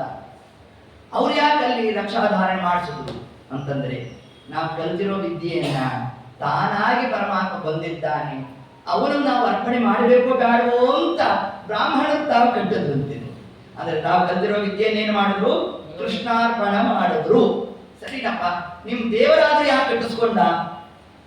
ಬ್ರಾಹ್ಮಣರಿಗೆ ದಕ್ಷಿಣೆ ಬರಲಿ ಅಂತ ಕಟ್ಟಿಸ್ಕೊಂಡ. ಬೇಡ ಅಂದಿದ್ರೆ ಏನಾಗೋದು? ಬ್ರಾಹ್ಮಣರಿಗೆ ದಕ್ಷಿಣೆ ತಪ್ಪು ಹೋಗೋದು. ಅವ್ರ ಉಪಜೀವನ ಆಗ್ಬೇಕು ಬೇಡ. ನೋಡಿ ನಮ್ಮ ದೇವರು ಆ ಕಾರ್ಯ ಮಾಡೋದು. ಅದಕ್ಕಾಗಿ ಪರಮಾತ್ಮ ತಾನು ಸ್ವಜ್ಞಾನಾತ್ ಗೋಪಿಕಾ ಸದೇ ರಕ್ಷಾಮಸ್ಯ. ಹೀಗೆ ಪರಮಾತ್ಮ ತಾನು ಏತದ್ ಕಾರ್ಯವನ್ನು ಮಾಡಬೇಕು, ಇಷ್ಟೆಲ್ಲ ಕಾರ್ಯವನ್ನು ಮಾಡ್ತಾ ಮುಂದೆ ಅದನ್ನೋ ರಕ್ಷಾಮಸ್ಯ, ಹೀಗೆ ರಕ್ಷಣೆ ಪರಮಾತ್ಮ ತಾನು ಮಾಡಿಸ್ಕೊಂಡು ಮುಂದೆ ಆ ಸ್ವಜ್ಞಾನ ಎಷ್ಟು ಅಜ್ಞಾನ ಪ್ರವೃತ್ತ ಆಯಿತು. ಪರಮಾತ್ಮನ ಜ್ಞಾನ ಎಷ್ಟು ದುರ್ಲಭ. ಪರಮಾತ್ಮನ ಅಚಿಂತ್ಯ ವ್ಯಾಪಾರವನ್ನ ಯಾವ ನಮ್ಮ ಯಶೋಧಾದೇವಿಗೆ ಮೇಲಿಂದ ಮೇಲೆ ಪರಮಾತ್ಮ ತಾನು ತೋರಿಸ್ತಾ ಇದ್ರೂ ಕೂಡ ನನ್ನ ಕೂಸು ಅನ್ನೋ ವ್ಯಾಮೋಹನೇ ಹೋಗ್ಲಿಲ್ಲ. ಮುಖಲಾಲನ ಲೋಲ ಇದನ್ನು ತಿಳಿಸ್ತಾರೆ ನಮಗೆ. ತನ್ಮುಖಗಂ ಜಗದಜಷ್ಟ ಸಾಲನ ಲೋಲ ಇದನ್ನು ತಿಳಿಸ್ತಾರೆ ಆಚಾರ್ಯರು. ಆ ಕೃಷ್ಣನ ಮುಖವನ್ನ ಲಾಲನೆ ಮಾಡ್ತಾ ಇದ್ದಂತೆ ಯಶೋಧಾದೇವಿ. ಮಾಡೋ ಕಾಲಿಗೆ ನನ್ನ ಕೂಸು ಅನ್ನೋ ಅಭಿಮಾನ ಬರುವುದಂತೆ ಮೇಲಿಂದ ಮೇಲೆ ಅವಳಿಗೆ ಬಂದಾಗ ಏನ್ ಮಾಡ್ದ ಪರಮಾತ್ಮ ಅಂತಂದ್ರೆ ತನ್ಮುಖಗಂ ತನ್ನ ಮುಖದಿಂದ ಜಗದಜಷ್ಟ ಸುಮ್ಮನೆ ಒಂದಾವೃತ್ತಿ ಜುಂಬ ಮಾಡ ಆಕಳಿಸಿದಂತೆ. ಆಕಳಿಸಿದ್ರೆ ಏನಾಯ್ತು, ಇಡೀ ಬ್ರಹ್ಮಾಂಡವನ್ನು ಯಶೋಧಾದೇವಿ ತಾನು ನೋಡ್ತಾ ಇದ್ದಾಳಂತೆ. ಕೃಷ್ಣನ ಬಾಯೊಳಗಡೆ ಕೇವಲ ಬ್ರಹ್ಮಾಂಡವಲ್ಲ, ಅಷ್ಟು ಮಾತ್ರ ಅಲ್ಲ, ಅದರೊಳಗಡೆ ನಂದಗೋಪನ ಮನೆ, ಅದರೊಳಗಡೆ ಏನಾಗಿರ್ಬೇಕು, ತಾನೆಲ್ಲಿ ಕೂತಿದ್ದಾಳಲ್ಲ ಆ ಒಂದು ಕೋಣೆ ಕಾಣಬೇಕು. ಆ ಕೋಣೆಯೊಳಗಡೆ ಪುನಃ ಯಶೋಧಾದೇವಿ ಕೂತಿರ್ಬೇಕು. ಆ ಯಶೋಧಾದೇವಿ ತೊಡೆ ಮೇಲೆ ಕೃಷ್ಣ ಮಲಗಿರ್ಬೇಕು. ಆ ಕೃಷ್ಣನ ಬಾಯೊಳಗಡೆ ಪುನಃ ಏನ್ ನೋಡಿರ್ಬೇಕು, ಬ್ರಹ್ಮಾಂಡವನ್ನು ನೋಡಿರ್ಬೇಕು. ಇಷ್ಟನ್ನ ನೋಡ್ತಾ ಯಶೋಧಾದೇವಿ ನಿಬ್ಬೆರಗಾಗುವುದು. ಅಬ್ಬಾ ಇದು ಸಾಮಾನ್ಯ ಅಲ್ಲ ಅಂತ ಇಷ್ಟು ತಲೆಗೆ ಬಂತು. ಕೃಷ್ಣ ಬಾಯಿ ಮುಗಿದ ನನ್ನ ಕೂಸು ಇದನ್ನ ತಿಳಿಸ ನಾಧ್ಯೈ ಮಾಯಾಮಸ್ಯ. ಪರಮಾತ್ಮನ ಮಾಯೆ ಎಂಬುದು ಯಾರನ್ನು ಬಿಡೋಲ್ಲ ಅಂತ ತಿಳಿಸ್ತಾ ಇದ್ದಾನೆ ನಮ್ಮ ಸ್ವಾಮಿ. ಹೀಗೆ ಆ ಕ್ರಮದಿಂದ ಮುಂದೆ ಕೃಷ್ಣನಿಗೆ ನಾಮಕರಣ, ಇಲ್ಲಿ ತನಕ ನಾಮಕರಣನೇ ಇಲ್ಲ ಅವನಿಗೆ. ವಸುದೇವ ತಾನು ಅತಿ ಗೋಪ್ಯವಾಗಿ ಗರ್ಗಾಚಾರ್ಯ ಸಿಕ್ಕಿದ್ರು. ಗರ್ಗಾಚಾರ್ಯ ನಮ್ಮ ಹುಡುಗ ಅಲ್ಲೆಲ್ಲೋ ಸೇರ್ಕೊಂಡಿದ್ದಾನೆ, ಒಂದಿಷ್ಟು ಅವನಿಗೆ ನಾಮಕರಣ ಮಾಡ್ರಿ ಅಂತ ಅವ್ರು ಬೇರೆ ಬಲವಂತ ಮಾಡೋದು. ಅದಕ್ಕೆ ಆ ಮಾತಿಗೆ ತಾನು ಬದ್ಧರ ಯಾರು ಬಂದರು, ಗರ್ಗಾಚಾರ್ಯ ಬಂದರು. ಬಂದಾಗ ನಂದಗೋಪನಿಗೆ ಭಾರಿ ಆನಂದ ಆಗೋಯ್ತು. ಆನಂದ ಆದಾಗೆ ತತ್ಕಾಲಕ್ಕೆ ನಮ್ಮ ಹುಡುಗಿನ ನಾಮಕರಣ ಮಾಡ್ರಿ ಅಂತ ತಾನು ಅದನ್ನೇ ಕೇಳ್ದ. ಸರಿ ಆಯ್ತು ಮಾಡೋಣಪ್ಪ, ಮಗುನ ಕಟ್ಕೊಂಡು ಬಂದ್ರಿ. ಬಲರಾಮ ದೇವರು ಕೃಷ್ಣ ಇಬ್ಬರು ಬಂದರು. ಆ ಕೃಷ್ಣನ ರೂಪ ನೋಡಿದಾಗ ಗರ್ಗಾಚಾರ್ಯ ಅಂದ್ರಂತೆ ಗೊತ್ತಾಗೋಯ್ತು ಅವರಿಗೆ, ಜ್ಞಾನಿಗಳು ಸಾಕ್ಷಾತ್ ಪರಮಾತ್ಮ ಇದ್ದಾನೆ, ಸರ್ವಶಬ್ದ ವಾಚ್ಯ ಪರಮಾತ್ಮ. ಇಂತಹ ಪರಮಾತ್ಮನಿಗೆ ಯಾವ ಹೆಸರಿಡೋಣ, ಎಲ್ಲ ಹೆಸರು ದಾಳಿ ಮಾಡ್ಕೊಂಡ್ಬಿಟ್ಟಿದ್ದಾನೆ. ನಾನು ಇದಿಟ್ಟರೂ ಕೂಡ ನಾನು ಹಿಂದೆ ಇಟ್ಕೊಂಡಿದ್ನೋ ಇಲ್ವೋ ಅಂತಾನೆ ಪರಮಾತ್ಮ. ಏನ್ ಮಾಡ್ಬೇಕೀಗ, ಯಾವುದಿಟ್ಟರೂ ದೋಷ ಈಗ. ಮುಂದೆ ನಮ್ಮಿಂದ ಒಂದು ದೋಷ ಆಗೋದ್ರಲ್ಲಿದೆ. ಒಂದು ಅದ್ಯಾಪಿ ಆಪದ್ಧರ್ಮವನ್ನು ತಿಳಿಸುತ್ತೆ ಶಾಸ್ತ್ರ. ಮುಂದೆ ನಮ್ಮಿಂದ ಯಾವುದೋ ಒಂದು ಕಾರ್ಯ ಆಗಲೇಬೇಕು, ಅದು ತಡಿಲಿಕ್ಕೆ ಆಗ್ತಾ ಇಲ್ಲ. ಏತತ್ಕಾಲಕ್ಕೆ ಒಂದು ಪ್ರಾಶ್ಚಿತ್ತ ಮಾಡ್ಕೋಬೇಕಂದ್ರೆ ಏನದು ಪ್ರಾಶ್ಚಿತ್ತ ಅಂತಂದ್ರೆ ಕೃಷ್ಣ ಕೃಷ್ಣ ಕೃಷ್ಣ ಅಂತ 3 ಸತಿ ಹೇಳ್ಬಿಡ್ಬೇಕಂದ್ರೆ. ಹೀಗೆ 3 ಸತಿ ಹೇಳ್ಬಿಡ್ತು ಅಂತಂದ್ರೆ ಆಗೇನಾಯ್ತು, ಮುಂದೆ ಆಗ್ತಕ್ಕಂತಹ ದೋಷಾದಿಗಳಿಂದ ಜನ್ಯಾಗ್ತಕ್ಕಂತಹ ಪಾಪಾದಿಗಳ ಎಲ್ಲ ಭಸ್ಮ ಆಗುವುದು. ಆ ಕಾರ್ಯ ಮಾಡಿದ್ರು ಯಾರು, ಗರ್ಗಾಚಾರ್ಯ. ಕೃಷ್ಣ ಕೃಷ್ಣ ಕೃಷ್ಣ ಅಂತಂದ್ರಂತೆ ನಮ್ಮ ದೇವ್ರ ಕಡೆ ನೋಡ್ಕೊಂಡು. ನಂದಗೋಪಾಲಂದ ಏನ್ ಚಂದ ಹೆಸರು ಹೇಳ್ಬಿಟ್ರಿ ಅಂತ ಅವನು ಹೋಗೇ ಬಿಟ್ಟ. ಅದೇ ಹೆಸರು ಆಗೋಯ್ತು ಪರಮಾತ್ಮ. ನೋಡಿ, ಹಿಂಗ್ ಜಾತಕ ನೋಡಿ ಬರ್ತದ್ದಲ್ಲ ಹೆಸರು. ಪ್ರಾಶ್ಚಿತ ರೂಪವಾಗಿ ಗರ್ಗಾಚಾರ್ಯರು ಹರಿನಾಮ ಸ್ಮರಣೆ ಮಾಡ್ತಾ ಇದ್ರೆ ಅದೇ ನಮ್ಮ ದೇವರಂತ ಯಾರು ಭಕ್ತಿಯಿಂದ ಏನ್ ಕರೆದ್ರು ಅದೇ ಹೆಸರಿನಿಂದ ನಾನು ಕರೆಸ್ಕೊಂತೇನೆ ಅನ್ನೋ ಒಂದು ಅಂಶವನ್ನೇ ಪರಮಾತ್ಮ ತಾನೇ ತತ್ಕಾಲಕ್ಕೆ ತಿಳಿಸ್ತಾ ತಸ್ಯ ಸಖಾ ಬಲನಾಮ ಜ್ಯೇಷ್ಠೋ ಭ್ರಾತ ಯನ್ನಿಜ ಬಲನಾಮ ಯಸ್ಯ ಚ ಪರ್ಯಂಕೋಯಂ ಪೂರ್ವತನುಃ. ಆಚಾರ್ಯ ತಿಳಿಸಿದ್ರು, ಅಲ್ಲ ನಿಮ್ಮ ದೇವರಿಗೆ ಡಿಮೋಷನ್ ಆಗೋಯ್ತು, ಡಿಪ್ರಮೋಟ್ ಆಗೋಯ್ತು. ರಾಮಾವತಾರದಲ್ಲಿ ಜ್ಯೇಷ್ಠ ಭ್ರಾತನಾಗಿದ್ದ. ಜ್ಯೇಷ್ಠ ಭ್ರಾತನ ಸ್ಥಾನಮಾನ ಏನು, ಜ್ಯೇಷ್ಠ ಭ್ರಾತ ಪಿತೃ ಸಮ, ತಂದೆಗೆ ಸಮ ಆತ. ಹಿಂಗಿರ್ಬೇಕಾದ್ರೆ ಅವ್ರು ಹೇಳ್ದಂಗೆ ಎಲ್ಲ ನಡೆಯೋದು, ಇಷ್ಟೆಲ್ಲ ಕಾರ್ಯ ಆಯಿತು. ಕೃಷ್ಣಾವತಾರದಲ್ಲಿ ಏನಾಗೋದ, ಇಲ್ಲಿ ತಮ್ಮನಾಗ ಬಂದ್ಬಿಟ್ಟ. ಅದನ್ನ ನಿಮ್ಮ ಪರಮಾತ್ಮ ಅವನಲ್ಲಿ ಸ್ವಲ್ಪ ನ್ಯೂನತೆ ಇದೆ ಅಂತ ಯಾರು ಪ್ರಶ್ನೆ ಮಾಡಿದ್ರೆ ತಸ್ಯ ಸಖಾ ಬಲನಾಮ ಜ್ಯೇಷ್ಠೋ ಭ್ರಾತ. ಇಷ್ಟೇ ತಾನೇ ನಿಮ್ದು ಪೂರ್ವಪಕ್ಷ. ಅದಕ್ಕೆ ಆಚಾರ್ಯರು ಯಸ್ಯ ಚ ಪರ್ಯಂಕೋಯಂ. ಈ ಬಲರಾಮ ದೇವರು ಪರಮಾತ್ಮನಿಗೆ ಏನ್ ಗೊತ್ತಾ, ಹಾಸಿಗೆ ಅಂತ. ಇದೇ ದೃಷ್ಟಾಂತ ಯಾಕೆ ಕೊಟ್ಟರು, ಹಾಸಿಗೆ ಅನ್ನೋ ದೃಷ್ಟಾಂತವನ್ನು ಯಾಕೆ ಕೊಟ್ಟರು ಅಂತಂದ್ರೆ ಅದಕ್ಕೆ ತಿಳಿಸಿದ್ರು, ಕೃಷ್ಣ ಇಲ್ಲಿ ತಮ್ಮನಾಗಿ ಬಂದ, ಬಲರಾಮ ದೇವರು ಮೊದಲಿಗೆ ಬಂದ್ರು ಅಂತ ಹಂಗ ಅರ್ಥ ಮಾಡ್ಕೋಬೇಡ್ರಿ. ಒಬ್ಬ ಶ್ರೀಮಂತನಾದವನು ಒಂದೂರಿಂದ ಒಂದೂರಿಗೆ ಹೋಗ್ಬೇಕಾದ್ರೆ ಮೊದಲಿಗೆ ಏನ್ ಕಳಿಸ್ತಾನಂತೆ? ತನ್ನ ಹಾಸಿಗೆ ಮತ್ತೊಂದೆಲ್ಲ ಮೊದಲು ಕಳಿಸ್ತಾನಂತೆ. ಅದರಂತೆ ಪರಮಾತ್ಮ ಏನ್ ಮಾಡ್ದ?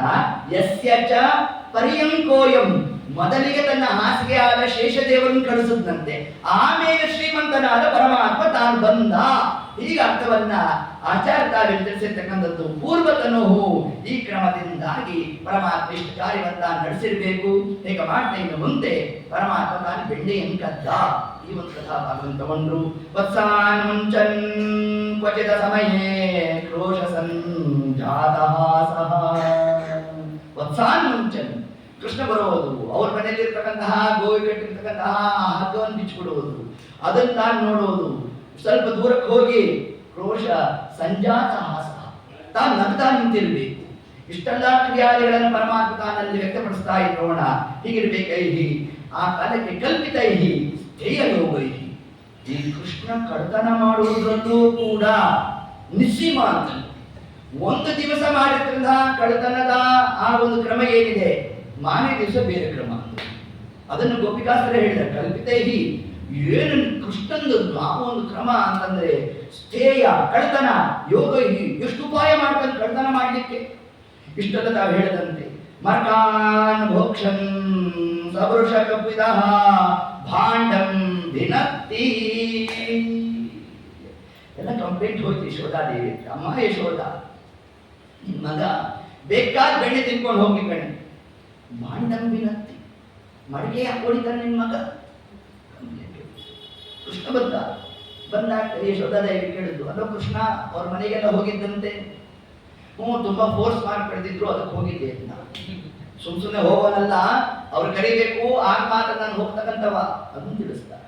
ಸರಿಯಪ್ಪ ನೀವು ಹೋಗಿದ್ದೇನೋ ಸರಿ ಕಣೋ, ಬೆಣ್ಣೆ ಗಿಣ್ಣೆನೋ ಕೊಟ್ಟರು ತಿಂದೆ ಅಂತ ನನ್ನ ಸ್ವಾಮಿ, ಅದು ದೋಷ ಇಲ್ವೋ? ಭಾಂಡಂ ವಿನಂತಿ, ಮಡಿಕೆ ಕೊಡ್ಲಿ ಯಾಕೆ ಹೊಡಿತೀನಿ ಅಂತ. ಕೃಷ್ಣನ ಉತ್ತರ ಏನಂತ, ನಾನಿರೋದೇ ಅದಕ್ಕೆ ಅಂತ. ಏನಿದ್ರ ಅರ್ಥ? ಬೆಣ್ಣೆ ಅಂತಂದ್ರೆ ಯಾವ ಬರೋದು? ಮಥನ ಮಾಡಿದ ಕೊನೆಯ ಸಾರ ಭಾಗ ನವನೀತ.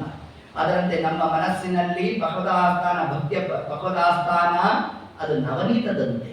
ಆ ಭಕ್ತಿ ನಮ್ಮಲ್ಲಿ ಭಗವದಾಸ್ಥಾನಕ್ಕೆ ಬಂದಿದೆ ಅಂತಂದ್ರೆ ಪರಮಾತ್ಮ ನಮ್ಮೊಳಗೆ ನಮ್ಮ ಬದ್ದಾಗದಂತೆ ತಾನು ಪ್ರವೇಶ ಮಾಡಿ ನಮ್ಮ ಭಕ್ತಿಯನ್ನು ಅವನು ಸ್ವೀಕಾರ ಮಾಡಿಬಿಟ್ಟಿದ್ದಾನೆ ಅಂತಂದ್ರೆ ನಮಗೂ ಮೋಕ್ಷಕ್ಕೂ ಪ್ರತಿಬಂಧಕ ಆಗಿರೋದು ಯಾವುದು? ಲಿಂಗ ಶರೀರ. ಅದೇ ಒಂದು ಮಡಿಕೆ. ಆ ಲಿಂಗ ಶರೀರವನ್ನ ಒಡಿತಕ್ಕಂಥವ ನಾನೇ, ಅದಕ್ಕಾಗಿ ನಾನು ಒಡೆದೆ ಅಂತಂದ ಪರಮಾತ್ಮ. ತತ್ವ ಅಂತ ತಿಳಿಸಿದ್ದಾರೆ.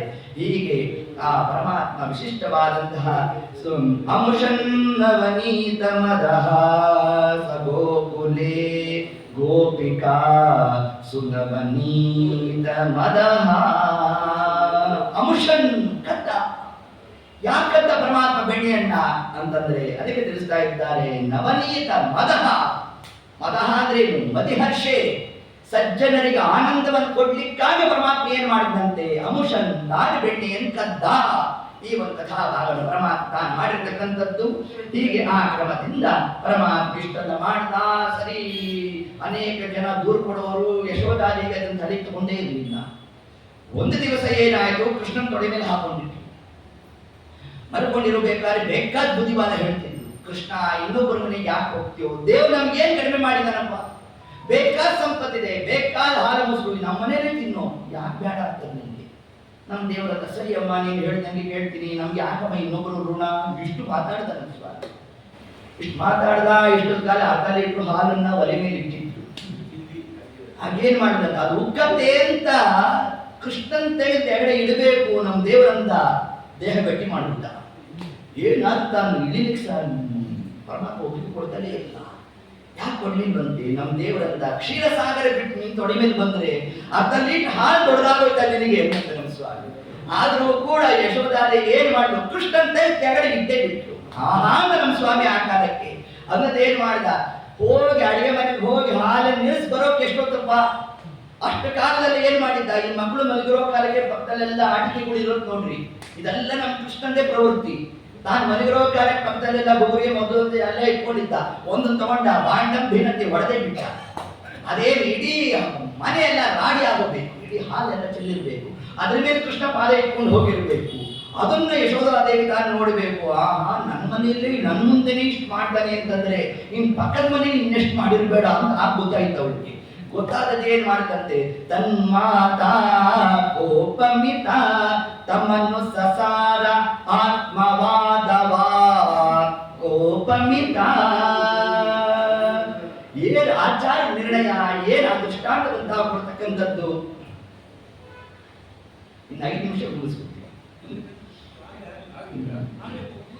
ತನ್ಮಾತಾ ಕೋಪಮಿತ ತಮ್ಮನ್ನು ಸಸಾರ ಆತ್ಮವಾದವಾ ಕೋಪಮಿತ.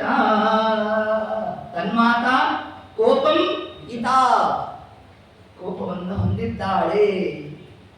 ಆ ಕಾಲಕ್ಕೆ ಆ ಕ್ರಮ ಹೇಗಿದ್ದಂತೆ, ತಮ್ಮನ್ನು ಸಸಾರ ಅನುಸಸಾರ ಅನುಸರಿಸಿಕೊಂಡು ಹೋದಂತೆ. ಕೃಷ್ಣನನ್ನು ಹುಡ್ಕೊಂಡು ಹೋಗ್ಬೇಕಾದ್ರೆ, ನಾವು ದೇವರನ್ನು ಹುಡುಕ್ಬೇಕಾದರೆ ಅನುಸರಿಸಿ ಹೋಗಬೇಕು. ಅನುಸರಿಸಿ ಅಂದ್ರೆ ಏನು? 3 ಪ್ರಮಾಣಗಳು: ಪ್ರತ್ಯಕ್ಷ, ಅನುಮಾನ, ಆಗಮ. ಅದರಲ್ಲಿ ಮಧ್ಯದಲ್ಲಿ ಬಾಲವಂಗೋಚಿ ಅಂತ ಇರ್ತಕ್ಕಂಥದ್ದು ಯಾವುದು? ಅನುಮಾನ. ಅನುಮಾನ ಪ್ರತ್ಯಕ್ಷಕ್ಕೂ ಅದು ಬಾಲವಂಗೋಚಿ, ಇನ್ನ ಆಗಮಕ್ಕೂ ಬಾಲವಂಗೋಚಿ ಆಗಿದೆ. ಆಗಮಕ್ಕೆ ಹೇಗೆ ಅಧ್ಯಾತ್ಮ ಅನುಮಾನ ಬಾಲವಂಗೋಚಿ ಆಯಿತು? ಅದೇ ತರ್ಕಶಾಸ್ತ್ರ ಯಾವುದು? ಬ್ರಹ್ಮಮೀಮಾಂಸಾ ಶಾಸ್ತ್ರಾದಿಗಳು, ಹೌದೋ ಇದು ಅನುಮಾನ ಶಾಸ್ತ್ರಗಳು, ಯುಕ್ತಿಶಾಸ್ತ್ರ. ಅದು ಯುಕ್ತಿಶಾಸ್ತ್ರವನ್ನು ಹಿಡಿದು ವೇದವನ್ನು ಅರ್ಥ ಮಾಡಬೇಕು. ಇನ್ನು ಪ್ರತ್ಯಕ್ಷದಿಂದಾಗಿ ನಾವು ಕಾಣಬೇಕು ಅಂತಂದ್ರೆ ಅದಕ್ಕೆ ಇಂದ್ರಿಯಗಳು ಬೇಕು. ಹೀಗೆ ಎರಡಕ್ಕೂ ಕೂಡ ಇರ್ತಕ್ಕಂಥದ್ದು ಯಾವುದು? ಅನುಮಾನ. ಅದನ್ನ ಅನುಸಸಾರ ಅನುಸರಿಸಿ ಹೋದಂತೆ. ಯಾವುದನ್ನು ಅನುಸರಿಸಿ ಹೋದ್ಲು? ಕೃಷ್ಣನ ಗೆಜ್ಜೆಯ ನಾದವನ್ನ ಅನುಸರಿಸಿ ಹೋದಂತೆ ನೋಡಿ ಯಶೋಧಾದೇವಿ. ಹೀಗೆ ಹೋದಾಗ ಪರಮಾತ್ಮನ ಪಾದವನ್ನು ನೋಡಿದ್ಲು. ನೋಡಿದಾಗ ಆನಂದ ಆಗೋಯ್ತಂತೆ. ಆ ಒಂದೊಂದು ಪುಟ್ಟ ಪಾದ, ಅದರಲ್ಲಿ ತನ್ನ ಶಕಚಕ್ರದ ಪದ್ಮಾಲಿನ ಪರಮಾತ್ಮ ತಾನು ಧಾರಣೆ ಮಾಡಿರ್ಬೇಕು. ಒಂದೊಂದು ಹೆಜ್ಜೆಯನ್ನು ಕೂಡ ತಾನು ದಾಟ್ತಾ ಇದ್ರೆ ವಾದಿರಾಜ ಸ್ವಾಮಿಗಳನ್ನು ಏನ್ ಯಶೋಧಾದೇವಿ ಭಾಗ್ಯ ಅಂತಂದ್ರೆ, ಜೀವಿತ ಕಾಲದಲ್ಲಿ ಒಂದಾವರ್ತಿ ಒಂದು ವಿಷ್ಣು ಪಾದದ ದರ್ಶನ ಮಾಡ್ಕೊಂಡು ಬಂದ್ರೇನೆ ನಮ್ಮ ಜನ್ಮ ಸಾರ್ಥಕ್ಯ ಅಂತ ಹೇಳ್ತೇವೆ. ಯಾವ ಗಯಾಕ್ಷೇತ್ರಕ್ಕೆ ಹೋಗಿ ಬಂದ್ರೆ ಅಂತಹ ವಿಷ್ಣು ಪಾದಗಳನ್ನು ಏಕಕಾಲಕ್ಕೆ ಎಷ್ಟು ತೀರ್ಥಯಾತ್ರೆ ಮಾಡಿಸ್ಬಿಟ್ಟ ಪರಮಾತ್ಮ ಯಶೋಧಾದೇವಿಗೆ. ಹೀಗೆ ತಾವು ವರ್ಣನಾದಿಗಳನ್ನು ಮಾಡ್ತಾ ಕಾಲಕ್ಕೆ ಕೃಷ್ಣ ಏನಾದ್ರೂ ಸಿಗಲೇ ಇಲ್ಲ, ಎಲ್ಲ ಔಚ್ಕೊಂಬಂತೆ. ಯಶೋಧಾದೇವಿ ಸ್ವಲ್ಪ ಉಪಾಯ ಮಾಡಿದ್ರು. ಹಂಗೆಲ್ಲ ಬರ್ತಾನ ಬರೋಲ್ಲ, ಅದಕ್ಕೇನ್ ಮಾಡ್ತಂತೆ, ಸ್ವಲ್ಪ ಕೋಪ ಬಂತು. ಪುನಃ ಪರಮಾತ್ಮ ಹೆಜ್ಜೆ ನೋಡದ್ದು, ಆನಂದ ಆಗೋಯಿತು. ಅದನ್ನೇ ತಾನು ಮಾನದಂಡ ಮಾಡ್ಕೊಂಡಿದ್ದಂತೆ.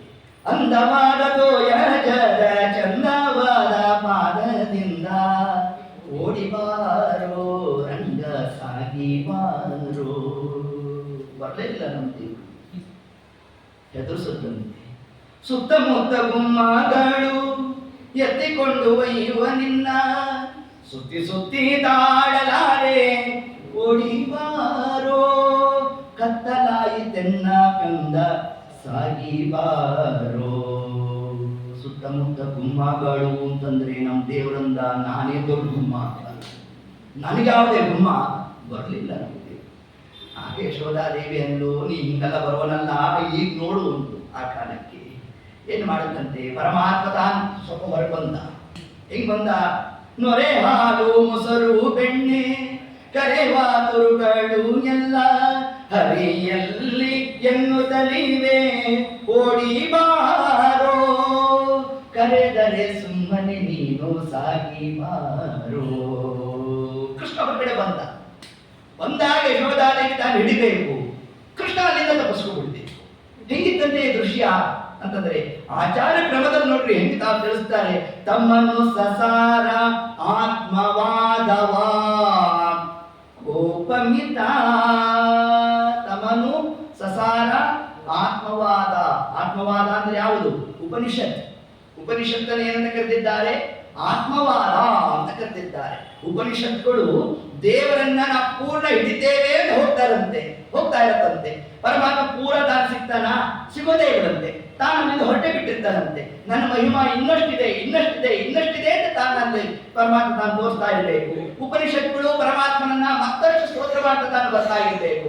ಅದರಂತೆ ಯಶೋಧಾದೇವಿ ಉಪನಿಷತ್ ಸ್ಥಾನದಲ್ಲಿದ್ದಾಳೆ. ಪರಮಾತ್ಮ ತಾನು ಅದರಿಂದ ಪೂರ್ಣವಾಗಿ ಗಮ್ಯನಲ್ಲ ಅನ್ನೋದನ್ನ ಅಲ್ಲಿ ತಿಳಿಸಿರ್ತಕ್ಕಂತಹ ಪ್ರಸಂಗವೇ ಯಶೋಧಾದೇವಿ ತಾನು ಕೃಷ್ಣನನ್ನ ಹಿಡಿತಕ್ಕಂತಹ ದೃಷ್ಟಾಂತ ಅನ್ನೋ ಒಂದು ಅಂಶವನ್ನ ತಿಳಿಸ್ತಾ ಆ ಕಾಲಕ್ಕೆ ಕೊನೆಗೆ ಯಶೋಧಾದೇವಿ ತಾನೇನ್ ಮಾಡಿದ್ರು, ಒಂದು ಹಗ್ಗ ತಂದು ಕೃಷ್ಣನ್ ಕಟ್ಟಬೇಕು ಅಂತ ನೋಡಿದ್ಲು. ಕೊನೆ ಆಗೇನಾಡ ಪರಮಾತ್ಮ ಏನ್ ಮಾಡ್ದ, ಜಂಗುಲೋ ನಮ ಭೂತದ 2 ಅಂಗ್ಲ ಬೆಳೆಸ್ಕೊಂಡಂತೆ. ಯಶೋಧಾದೇವಿ ಅನ್ಕೊಂಡು ಯಾಕೆ ಹಿಂಗಾಯ್ತು ಅನ್ಕೊಂಡು ಇನ್ನೊಂದು ಹಗ್ಗ ಅಟ್ಯಾಚ್ ಮಾಡಿದ್ಲು. ಪರಮಾತ್ಮ ಅಂದ ಜಂಗುಲೋ ನಮ ಭೂತದ 2 ಅಂಗ್ಲ ಬೆಳೆಸ್ಕೊಟ್ಟ. ಪಕ್ಕದ ಮನೆಗೆ ಹೋದೆ, ಅಮ್ಮ ನಿಮ್ಮ ಮನೇಲಿ ಹಗ್ಗ ಇದೆಯಾ ಅಂದು. ಯಾಕಮ್ಮ ಯಶೋಧ ಅಂದು. ಕೃಷ್ಣನ್ ಕಟ್ಟ ಹಾಕಕ್ಕೆ ಅಂದು. ಕೃಷ್ಣನ್ ಕಟ್ಟ ಹಾಕಕ್ಕ ತಗೊಳ್ರಿ ಅಂದ್ರು. ಒಂದು 10 ಗಂಟೆ ಅವ್ರು ನೆಮ್ಮದಿ ಕೂತ್ಕೊಳ್ಳೋಣ ಅಂತ ಹಿಂಗಾಗೋದು. ಅದರಲ್ಲಿ ಆ ಹಗ್ಗ ತಗೊಂಬಂದು ಕಟ್ಟು, ಅದಕ್ಕೂ ಪರಮಾತ್ಮ ತಾನು ಸಿಕ್ಲೇ ಇಲ್ಲ. ಆಗ ಯಶೋಧಾದೇವಿ ಅಂತಂತೆ ಕೃಷ್ಣ ನನ್ನ ಕೈ ಕಟ್ಟ ಹಾಕ್ಲಿಕ್ಕೆ ಆಗೋದು ಅಂತಂದು. ಅಂದು ಬಾ ದಾರಿಗೆ ಅಂತ ಪರಮಾತ್ಮ ನನ್ನನ್ನು ಕಟ್ಟ ಹಾಕ್ತೇನೆ ಎಂದು ನಾನು ಸಿಗೋಲ್ವೆ. ಆದರೆ ಯಾರು ಪರಮಾತ್ಮನ ಪೂರ್ಣವಾಗಿ ನಾವು ತಿಳಿಯಲಿಕ್ಕೆ ಸಾಧ್ಯ ಇಲ್ಲ ಅಂತಂದ್ರೆ ಅಂಥವ್ರಿಗೆ ನಾನು ಗಮ್ಯನಾಗ್ತೇನೆ. ಈ ಒಂದು ತತ್ವವನ್ನು ಪರಮಾತ್ಮ ತಾನು ತಿಳಿಸಿರ್ತಕ್ಕಂಥದ್ದು. ಏತತ್ ಕಾಲಕ್ಕೆ ಅದಕ್ಕೆ ಆಚಾರ್ಯ ತಿಳಿಸಿದ್ರು, ಜಗ್ರಹೇ ಪರಮಾತ್ಮ ಸಿಕ್ಕ. ಯಾಕೆ ಸಿಕ್ಕ ಅಲ್ಲಿ ಅಂತಂದ್ರೆ ಅದ್ಯಾಪಿ ಯಶೋಧಾದೇವಿ 2 ಅಂಗುಲನೇ ಯಾಕೆ ಪರಮಾತ್ಮ ಬೆಳೆಸ್ತಾ ಅಂತಂದ್ರೆ ನಿನ್ನಲ್ಲಿ 2 ಕಡಿಮೆ ಆಗಿದೆ, ಅದನ್ನು ಬೆಳೆಸ್ಕೋ ಅಂತ. ಒಂದು ವೈರಾಗ್ಯ ಕಡಿಮೆ ಆಗಿದೆ, ಒಂದು ಜ್ಞಾನ ಕಡಿಮೆ ಆಗಿದೆ. ಆದ್ರೆ ಪರಮಾತ್ಮ ಸಿಕ್ಕ ಅಲ್ಲಿ. ಯಾಕೆ ಸಿಕ್ಕ ಅಂತಂದ್ರೆ ಅದನ್ನು ತಿಳಿಸ್ತಾರೆ. ಸ್ವಲ್ಪ ಭಕ್ತಿನೂ ಇತ್ತಂತೆ. ನಾನು ಭಕ್ತಿಗೂ ಸಿಗ್ಲಿಲ್ಲ ಅಂತಂದ್ರೆ ನಾಳೆ ನನ್ನ ಸ್ತೋತ್ರ ಮಾಡೋದೇ ಬಿಟ್ಬಿಡ್ತಾರೆ ಜನ. ಅದಕ್ಕೆ ಪರಮಾತ್ಮ ಏನ್ ಮಾಡ್ತಾರೆ, ಜಗ್ರಹೇ ಸಿಕ್ಕಿದಂತೆ ಆ ಕಾಲಕ್ಕೆ. ಯಾಕೆ ಸಿಕ್ಕ ಅಂತಂದ್ರೆ ಮಾಡಿರ್ತಕ್ಕಂತಹ ಭಕ್ತಿಗೋಸ್ಕರ ನಾನು ಸಿಕ್ಕಿದ್ದೇನೆ. ಆದ್ರೆ 2 ಬೆಳೆಸ್ಕೋ ಅಂದ ಪರಮಾತ್ಮ, ಒಂದು ವೈರಾಗ್ಯ, ಒಂದು ಜ್ಞಾನ. ವೈರಾಗ್ಯ ಯಾಕೆ ಕಡಿಮೆ ಆಗಿತ್ತು, ಪರಮಾತ್ಮನ ತೊಡೆ ಮೇಲೆ ಹಾಕೊಂಡಿದ್ರು. ಅಂತಹ 14 ಲೋಕಗಳನ್ನು ತೋರಿಸಿದಂತಹ ಪರಮಾತ್ಮನನ್ನು ತಾನು ತೊಡೆ ಮೇಲೆ ಹಾಕೊಂಡಿದ್ರು ಕೂಡ ಅರ್ಧ ಲೀಟರ್ ಹಾಲು ಮೇಲೆ ಪ್ರೀತಿ ಆಯ್ತಂತೆ ಅವಳಿಗೆ. ಅದಕ್ಕೇನಾಯ್ತು, ಇನ್ನು ವೈರಾಗ್ಯ ಬಂದಿಲ್ಲ. ಅದರಿಂದ ವೈರಾಗ್ಯವನ್ನು ಬೆಳೆಸ್ಕೋ. ಇಷ್ಟೆಲ್ಲ ನನ್ನ ವಿಶಿಷ್ಟವಾದ ಅಂಶಗಳನ್ನು ನೋಡಿದ್ರೂ ಕೂಡ ನಾನು ಜಗತ್ಸ್ವಾಮಿ ಅನ್ನೋ ಜ್ಞಾನನೇ ಬಂದಿಲ್ವಲ್ಲ ನಿನಗೆ. ಅದರಿಂದ ಜ್ಞಾನವನ್ನು ಬೆಳೆಸ್ಕೋ ಅಂತ 2 ತಿಳಿಸಿದ ಪರಮಾತ್ಮ ತಾನು. ಅಲ್ಲಿಂದ ಮುಂದೆ ಮಾಡೋಣ. ಈಗ ಮುಂದೆ ಪರಮಾತ್ಮ ವಿಶಿಷ್ಟವಾದಂತಹ ತನ್ನಲ್ಲಿ ಆ ವಿಶೇಷವನ್ನು ತಾನು ತೋರಿಸಿದ್ದಾನೆ.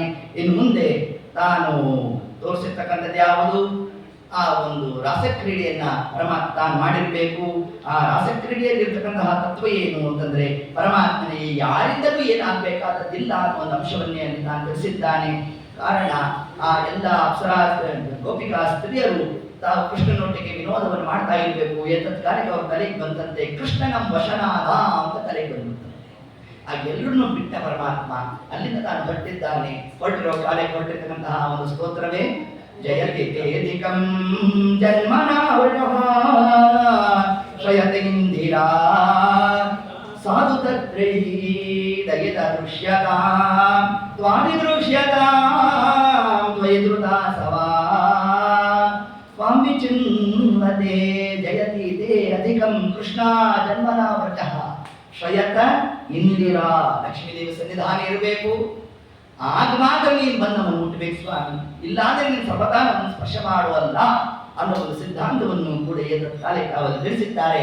ಈಗ ಪರಮಾತ್ಮ ತಾನು ಯಾರನ್ನು ಅಪೇಕ್ಷಿತ ಅವರನ್ನು ಸ್ವೀಕಾರ ಮಾಡುವನಲ್ಲ, ಅವರಿಗೆ ಆನಂದ ಕೊಡಬೇಕು ಅನ್ನೋದಷ್ಟೇ ಪರಮಾತ್ಮನ ಆ ಒಂದು ಆಂತರ್ಯ ಅನ್ನೋ ಒಂದು ಅಂಶವನ್ನು ತಿಳಿಸ್ತಾ ಇನ್ನು ಮುಂದೆ ಆ ದಶಮ ಸ್ಕಂದದಲ್ಲಿ ಇರ್ತಕ್ಕಂಥ ಬಹಳ ದೊಡ್ಡದಾದ ಒಂದು ಘಟ್ಟ ಯಾವುದು ಅಂದ್ರೆ ರುಕ್ಮಿಣಿ ಕಲ್ಯಾಣ. ಆ ರುಕ್ಮಿಣಿ ಕಲ್ಯಾಣದ ಬಗ್ಗೆ ನಮಗೆ ತಿಳಿಸ್ತಾರೆ. ರುಕ್ಮಿಣಿ ಪತ್ರವನ್ನ ಸಾಕ್ಷಾತ್ ಲಕ್ಷ್ಮೀದೇವಿ ತಾನು ಬರೆದಿರ್ತಕ್ಕಂಥದ್ದನ್ನ ದ್ವಿಜಶ್ರೇಷ್ಠರಾದ ಬ್ರಾಹ್ಮಣೋತ್ತಮರಾದ ಲಾತವ್ಯ ಮುನಿಪುಂಗವರಾದ ಅವರೇ ಮುಂದೆ ಭಾವಿ ಸಮೀರರಾದ ವಾದಿರಾಜ ಸ್ವಾಮಿಗಳು ಆ ಒಂದು ಕ್ರಮದಿಂದಾಗಿ ಅವರಿಗೆ ರುಕ್ಮಿಣಿ ದೇವಿ ತಾನು ಪತ್ರವನ್ನು ಬರೆದುಕೊಂಡು ಕಳಿಸಿದ್ದಾಳಂತೆ. ಆ ಪತ್ರವನ್ನ ತಗೊಂಡು ನಮ್ಮ ಆ ಬ್ರಾಹ್ಮಣೋತ್ತಮರು ಕೃಷ್ಣನ್ ಕೈ ಕೊಡಬೇಕು. ಕೃಷ್ಣ ಅಂದ ನೀವೇ ಓದ್ರಿ ಅಂತ. ನೋಡಿ ಅವ್ರಿಗೆ ಒಂದು ಸೌಭಾಗ್ಯ ನೋಡ್ರಿ ಆಗಿದೆ. ರುಕ್ಮಿಣಿ ದೇವಿ ಬರ್ದಿರ್ತಕ್ಕಂಥ ಆ ಪತ್ರವನ್ನ ಆ ಬ್ರಾಹ್ಮಣರು ತಾವು ಓದ್ಬೇಕಲ್ಲ. ಅದ್ರಲ್ಲಿ ಏನ್ ಬರ್ತಿದ್ರು ರುಕ್ಮಿಣಿ ದೇವಿ, ಶ್ರುತ್ವಾ ಗುಣಾನ್ ಭುವನ ಸುಂದರ ಷಣ್ಮತಾಂತೆ ನಿರ್ವಿಶ್ಯ ಕರ್ಣ ವಿವರಂ ಹರತೋಂ ಗತಾಪಂ ರೂಪಂ ಪರಂ ಭುವನ ಮಂಗಲ ಮಂಗಲಂತೆ ತ್ವಯಿ ಅಚ್ಯುತ ವಿಶತಿ ಚಿತ್ತಪ ಭದ್ರಪಂ ಮೇ. ಹೀಗೆ ಹೇ ಭುವನ ಸುಂದರ ಪರಮಾತ್ಮನನ್ನ ತಾನು ವಿಶಿಷ್ಟವಾಗಿ ಸ್ತೋತ್ರವನ್ನು ಮಾಡಿದ್ದಾಳಂತೆ. ಆ ಒಂದು ಪತ್ರದಲ್ಲಿ ನಾನು ಸ್ವಾಮಿ ನನಗೆ ನಾಚಿಕೆ ಇಲ್ಲ, ನಾನೇ ಮೊದಲು ನಿನ್ನ ಪತ್ರ ಬರ್ದೆ ಅಂತ ಅಪತ್ರಪಮ್ಮೆ ನನಗೆ ನಾಚಿಕೆ ಇಲ್ಲ. ಯಾಕೆ ನಾಚಿಕೆ ಇಲ್ಲ? ನಾವೇನು ಹೊಸ ಮದುವೆ ಆಗ್ತಿರೋದಲ್ಲ ಅಂತ. ಇದು ಎಷ್ಟನೇ ಬಾರಿನೋ ಏನು, ಇದು ಎಷ್ಟನೇ ವೆಡ್ಡಿಂಗ್ ಆನಿವರ್ಸರಿನೂ ನನಗೆ ಗೊತ್ತಿಲ್ಲ ಅಂತ ಲಕ್ಷ್ಮೀದೇವಿ. ಯಾಕೆ ಅನಾದಿ ಕಾಲದ ದಂಪತಿಗಳಂತೆ. ಆದರೂ ಕೂಡ ಯಾಕೆ ಈ ಕಾರ್ಯ ಮಾಡ್ತಾರೆ ಅಂತಂದ್ರೆ ಆ ಸಜ್ಜನರು ನೋಡಿ ಇದರಿಂದಾಗಿ ಆನಂದವನ್ನು ಪಡ್ಲಿ ಅಂತ ಲಕ್ಷ್ಮೀನಾರಾಯಣ ಮಾಡ್ಕೊಂಡ ವ್ಯಾಪಾರ ಅನ್ನೋ ಆ ಒಂದು ಅಂಶವನ್ನೇ ಹೇಳ್ತಾ ಮುಂದೆ ಕಾತ್ವ ಮುಕುಂದ ಮಹತಿ ಗುಣಶೀಲ ರೂಪ ವಿಡ್ರಾವತಿ ಕುಲವತಿ ನವೃಣೀತ ಕನ್ಯಾ ಕಾಲೇ ನೃಸಿಂಹ ನರಲೋಕ ಮನೋಭಿರಾಮಂ. ನಿಮಗೆ ದೇವಿ ತಿಳಿಸಲು ಸ್ವಾಮಿ ಅವತ್ತು ನರಸಿಂಹ ರೂಪ ನೀವು ತಂದಿದ್ದಲ್ಲ, ನಾನು ನೋಡ್ಕೊಂಡು ಹೆದರ್ಕೊಂಡು ಹೊಡೋದೆ ಅಂತ ಅನ್ಕೋಬೇಡ. ಪ್ರಹ್ಲಾದರಾಜನ ಮಹತ್ವ ಕೊಡಬೇಕು ಅಂತ ಅಷ್ಟೇ ಸ್ವಾಮಿ ನಾನು ಹೊರಟದ್ದು. ಆದ್ರೆ ಕಾಲೇ ನೃಸಿಂಹ ಮನೋಭಿರಾಮ ಆ ರೂಪನು ಚಂದ ಅಲ್ಲದ ಆ ಕಾಲಕ್ಕೆ ಯಾರು ರುಕ್ಮಿಣಿದೇವಿ ಇಷ್ಟನ್ನು ಹೇಳ್ತಾ ಸುಮ್ಮನೆ ನಾನು ನಿನ್ನ ಕರಿತಾ ಇಲ್ವೋ.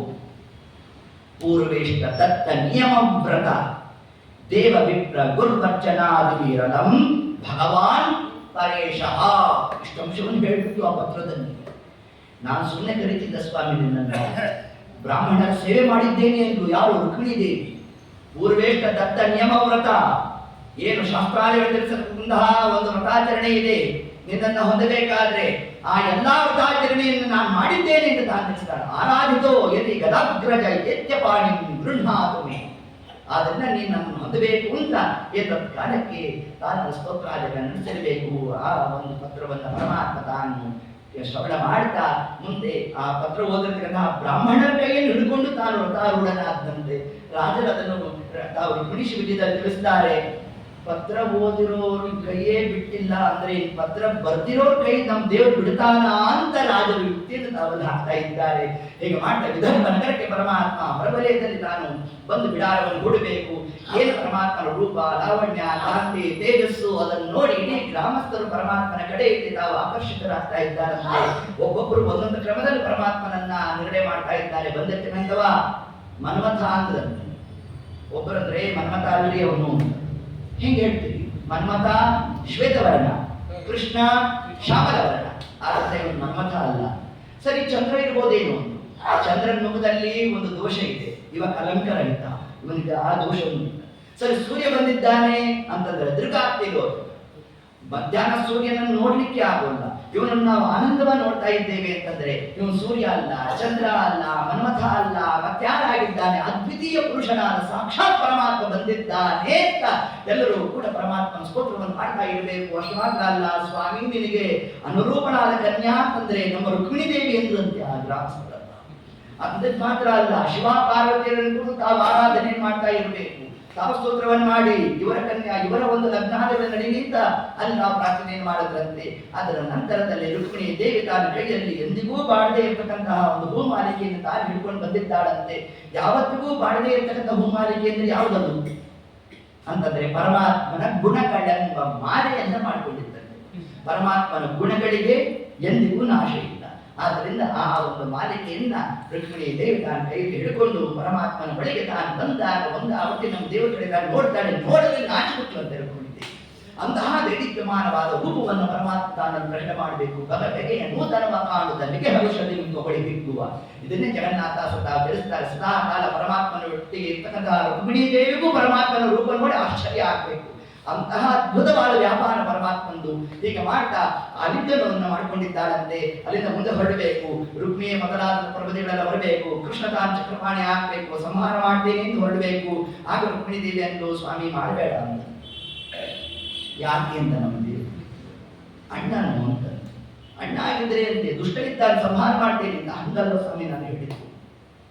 ನೋಡೋ ನೀನೇನೋ ಸಂಹಾರ ಮಾಡ್ಬಿಡ್ತಿ, ಮೈಲಿಗೆ ಬಂದು ಹೋಗುತ್ತೋ. ಒಬ್ಬೊಬ್ಬರು ಒಂದೊಂದು ಹೇಳ್ತಾರೆ ಸ್ವಾಮಿ. ಒಬ್ಬರು 27 ದಿವಸ ಆದ್ಮೇಲೆ ಅಪಕರ್ಷಣ ಅಂತಾರೆ, ಒಬ್ರು 3 ತಿಂಗಳಾದ್ಮೇಲೆ ಅಂತಾರೆ, ಒಬ್ರು ಗೋದಾನ ಆದ್ಮೇಲೆ ಅಂತಾರೆ. ಇದೆಲ್ಲ ಜಿಜ್ಞಾಸೆ ಯಾಕೆ ಸ್ವಾಮಿ? ಸುಮ್ಮನೆ ನಿಗ್ರಹ ಮಾಡು, ಅಲ್ಲಿ ಮುಂದಕ್ಕೆ ಹೊರಡೋಣ ಅಂತಂದ್ರೆ ಅದರಂತೆ ಪರಮಾತ್ಮ ಅವನ ಕಿರೀಟಾದಿಗಳಂತಾನು ಮಧ್ಯಾಹ್ನ ತೆಗಿಬೇಕು. ಮುಂದೆ ಅಲ್ಲಿನ ಮೂಲ ಮಾಧವನ ಒಂದು ಸುಂದರವಾದಂತಹ ವನ ಪ್ರವೇಶವನ್ನು ಪರಮಾತ್ಮ ತಾನು ಮಾಡಿದ್ದಾನಂತೆ. ಹೀಗೆ ಮಾಡಿರ್ತಕ್ಕಂತಹ ಕಾಲಕ್ಕೆ ಇನ್ನೇನು ಗಾಂಧರ್ವ ರೀತಿಯಾಗ ಪರಮಾತ್ಮ ತಾನು ಭೂಮಾಲಿಗೆಯನ್ನು ಹಾಕಬೇಕು ಅನ್ನೋ ಕಾರ್ಯಕ್ಕೆ ಋಷಿಮುನಿಗಳೆಲ್ಲ ಬಂದಂತೆ. ಇನ್ನು ಮಾಡ್ತಿರೋ ಸರಿ ಇದೆ ಸ್ವಾಮಿ, ನಾವು ಇಷ್ಟಿಷ್ಟು ವರ್ಷ 12 ವರ್ಷ ವಿದ್ಯಾಪೀಠದಲ್ಲಿ ಓದ್ಕೊಂಡು ಬರೋದು, ನಿನ್ ಪಾಣಿಯಿಂದ ಅಜ್ಞೆ ಮಾಡ್ಕೊಂಡ್ಬಿಡೋದು, ಇದೇನು ಕ್ರಮ? ಒಂದು ನಿಮಿಷಗಳು ನಾವು ಮಂತ್ರ ಹೇಳ್ತೇವೆ ಅಂತ ಋಷಿಮುನಿಗಳೆಲ್ಲ ತಾವು ಹೇಳಬೇಕು. ಅದರಂತೆ ನಮ್ಮಲ್ಲಿ ಆ ಜೇಟಿ ಮುಹೂರ್ತ ಅಂದ್ರೆ ಯಾವುದು? ತೆರೆಶಲ್ಯವನ್ನು ಹಿಡಿತಕ್ಕಂತಹ ಒಂದು ಪ್ರಸಂಗವೇ ನಮ್ಮಲ್ಲಿರ್ತಕ್ಕಂತಹ ಆ ಜೀರಿಗೆ ಬೆಲ್ಲ ಅಂತ ನಾವೇನಂತೇವೆ, ಆ ಒಂದು ಅದೇ ನಮ್ಮ ಮುಹೂರ್ತ. ಅದನ್ನು ಸಾಧಿಸಬೇಕಾಗಿರೋದು ನಾವು. ಅದರಂತೆ ಆ ತೆರೆಶಲ್ಯವನ್ನು ಹಿಡಿಬೇಕು. ಏತತ್ಕಾಲ ಲಕ್ಷ್ಮೀ ದೇವಿ ತಾನು ಪರಮಾತ್ಮನ ವಿಶೇಷವಾದ ಚಿಂತನಾದಿಗಳನ್ನು ನಡೆಸ್ತಾ ಅತ್ಯಂತ ಭಕ್ತಿ ಆದರಾದಿಗಳಿಂದ ತಾನು ಕೈ ಮುಕ್ಕೊಂಡು ತಾನು ನಿಂತಿರೋಣ. ಅಷ್ಟೊತ್ತಿಗೆ ಸಮಸ್ತವಾದ ದೇವತಾ ವೃಂದ ತಾವು ಪರಮಾತ್ಮನನ್ನ ಸ್ತೋತ್ರವನ್ನು ಮಾಡಿರ್ತಕ್ಕಂಥದ್ದೇ ಲಕ್ಷ್ಮೀ ಪರಿಗ್ರಹ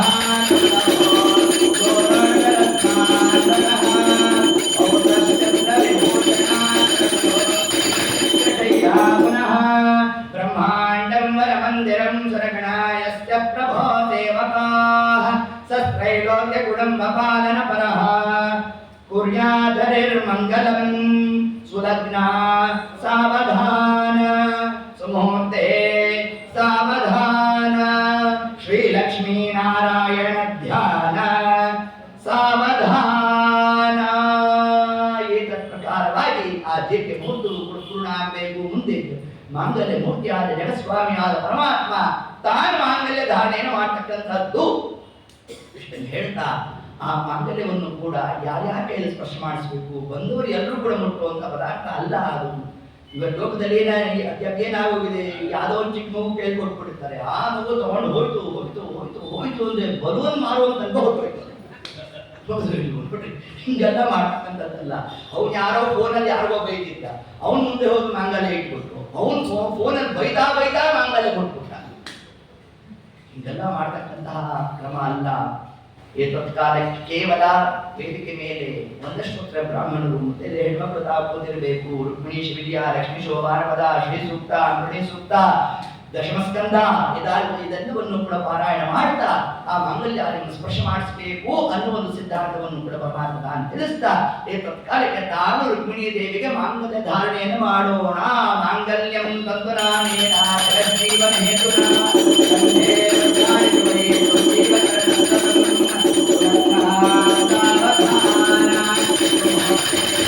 ಸಾವಧಾನ ಶ್ರೀಲಕ್ಷ್ಮೀ ನಾರಾಯಣ ಧ್ಯಾನ ಸಾವಧಾನ. ಹೀಗೆ ದಶಮಸ್ಕಂದದಲ್ಲಿ ಕೃಷ್ಣಾವತಾರದ ಒಂದು ಘಟ್ಟ, ಅದು ರುಕ್ಮಿಣಿ ಕಲ್ಯಾಣ, ಅದೇ ನಮಗೆ ಮಂಗಳೋತ್ಸವ. ಇನ್ನು ಮುಂದೆ ಎಲ್ಲ ವ್ರತ ನಿಯಮ ಆಚರಣೆ, ಕಲಿಯುಗ ಧರ್ಮಗಳು, ವರ್ಣಾಶ್ರಮ ಧರ್ಮಗಳು, ಆ ಧರ್ಮದಲ್ಲಿ ಆಪದ್ಧರ್ಮ ಯಾವುದು, ಆ ಧರ್ಮಾದಿಗಳಲ್ಲಿ ಯಾವ ಕಾಲದಲ್ಲಿ ಯಾರ್ಯಾರು ಹೇಗೆ ಆಚರಣೆ ಮಾಡಬೇಕು, ಭಿಕ್ಷುಗೀತೆ ಮತ್ತು ಅವಧೂತ ಗೀತೆ, ಹಂಸಗೀತೆ, ಐಲಗೀತೆ, ಇದೆಲ್ಲ ಹೊರಟಿರ್ತಕ್ಕಂಥದ್ದೇಳಿ ನಮಗೆ 11ನೇ 12ನೇ ಸ್ಕಂದದಲ್ಲಿ. ಮುಂದೆ ಪರೀಕ್ಷಿತ್ ಮಹಾರಾಜರ ನಿರ್ಯಾಣ, ಅವರು ಹೇಗೆ ದೇಹವನ್ನು ಬಿಟ್ಟರು, ಆ ಎಲ್ಲ ಅಂಶಗಳು ಕೂಡ ಅದನ್ನು ತಿಳಿಸ್ತಾ ಇನ್ನು ಕೊನೆ ಒಂದು ಅಂಶ ನಮಗೆ ಮಾರ್ಕಂಡೇಯ ಋಷಿಗಳು ತಾವು ಆ ಪ್ರಳಯದ ಒಂದು ವಿಶಿಷ್ಟವಾದ ಚಿತ್ರಣವನ್ನು ತೋರಿಸುವಂತ ಪರಮಾತ್ಮ ಸ್ತೋತ್ರ ಮಾಡಿರ್ತಕ್ಕಂಥದ್ದು. ಆ ಪ್ರಳಯದ ಒಂದು ಚಿತ್ರಣವನ್ನೇ ಪರಮಾತ್ಮ ತಾನು ಅವರಿಗೆ ಸಾಕ್ಷಾತ್ ತೋರಿಸಿದಂತೆ ಭಾಸವನ್ನು ಮಾಡಿಸಿರ್ತಕ್ಕಂಥದ್ದು. ಇದೆಲ್ಲ ಪ್ರಸಂಗ 11, 12ನೇ ಸ್ಕಂದದಲ್ಲಿ ತಿಳಿಸಿದ್ದಾರೆ. ಅದನ್ನ ನಾಳೆ ದಿವಸ 5:30 ಗಂಟೆಗೆ ನಾವು ನೀವೆಲ್ಲ ಸೇರಿ ಅದರ ಚಿಂತನೆಯನ್ನ ಮಾಡಿ ಇದರ ಪೂರ್ಣವನ್ನ ನಾವು ಪರಮಾತ್ಮನಿಗೆ ಸಮರ್ಪಣೆಯನ್ನು ಮಾಡೋಣ ಅಂತ ಹೇಳ್ತಾ ಸರ್ವಂ ಶ್ರೀ ಕೃಷ್ಣಾರ್ಪಣಮಸ್ತು. ಹರೇ ನಮಃ.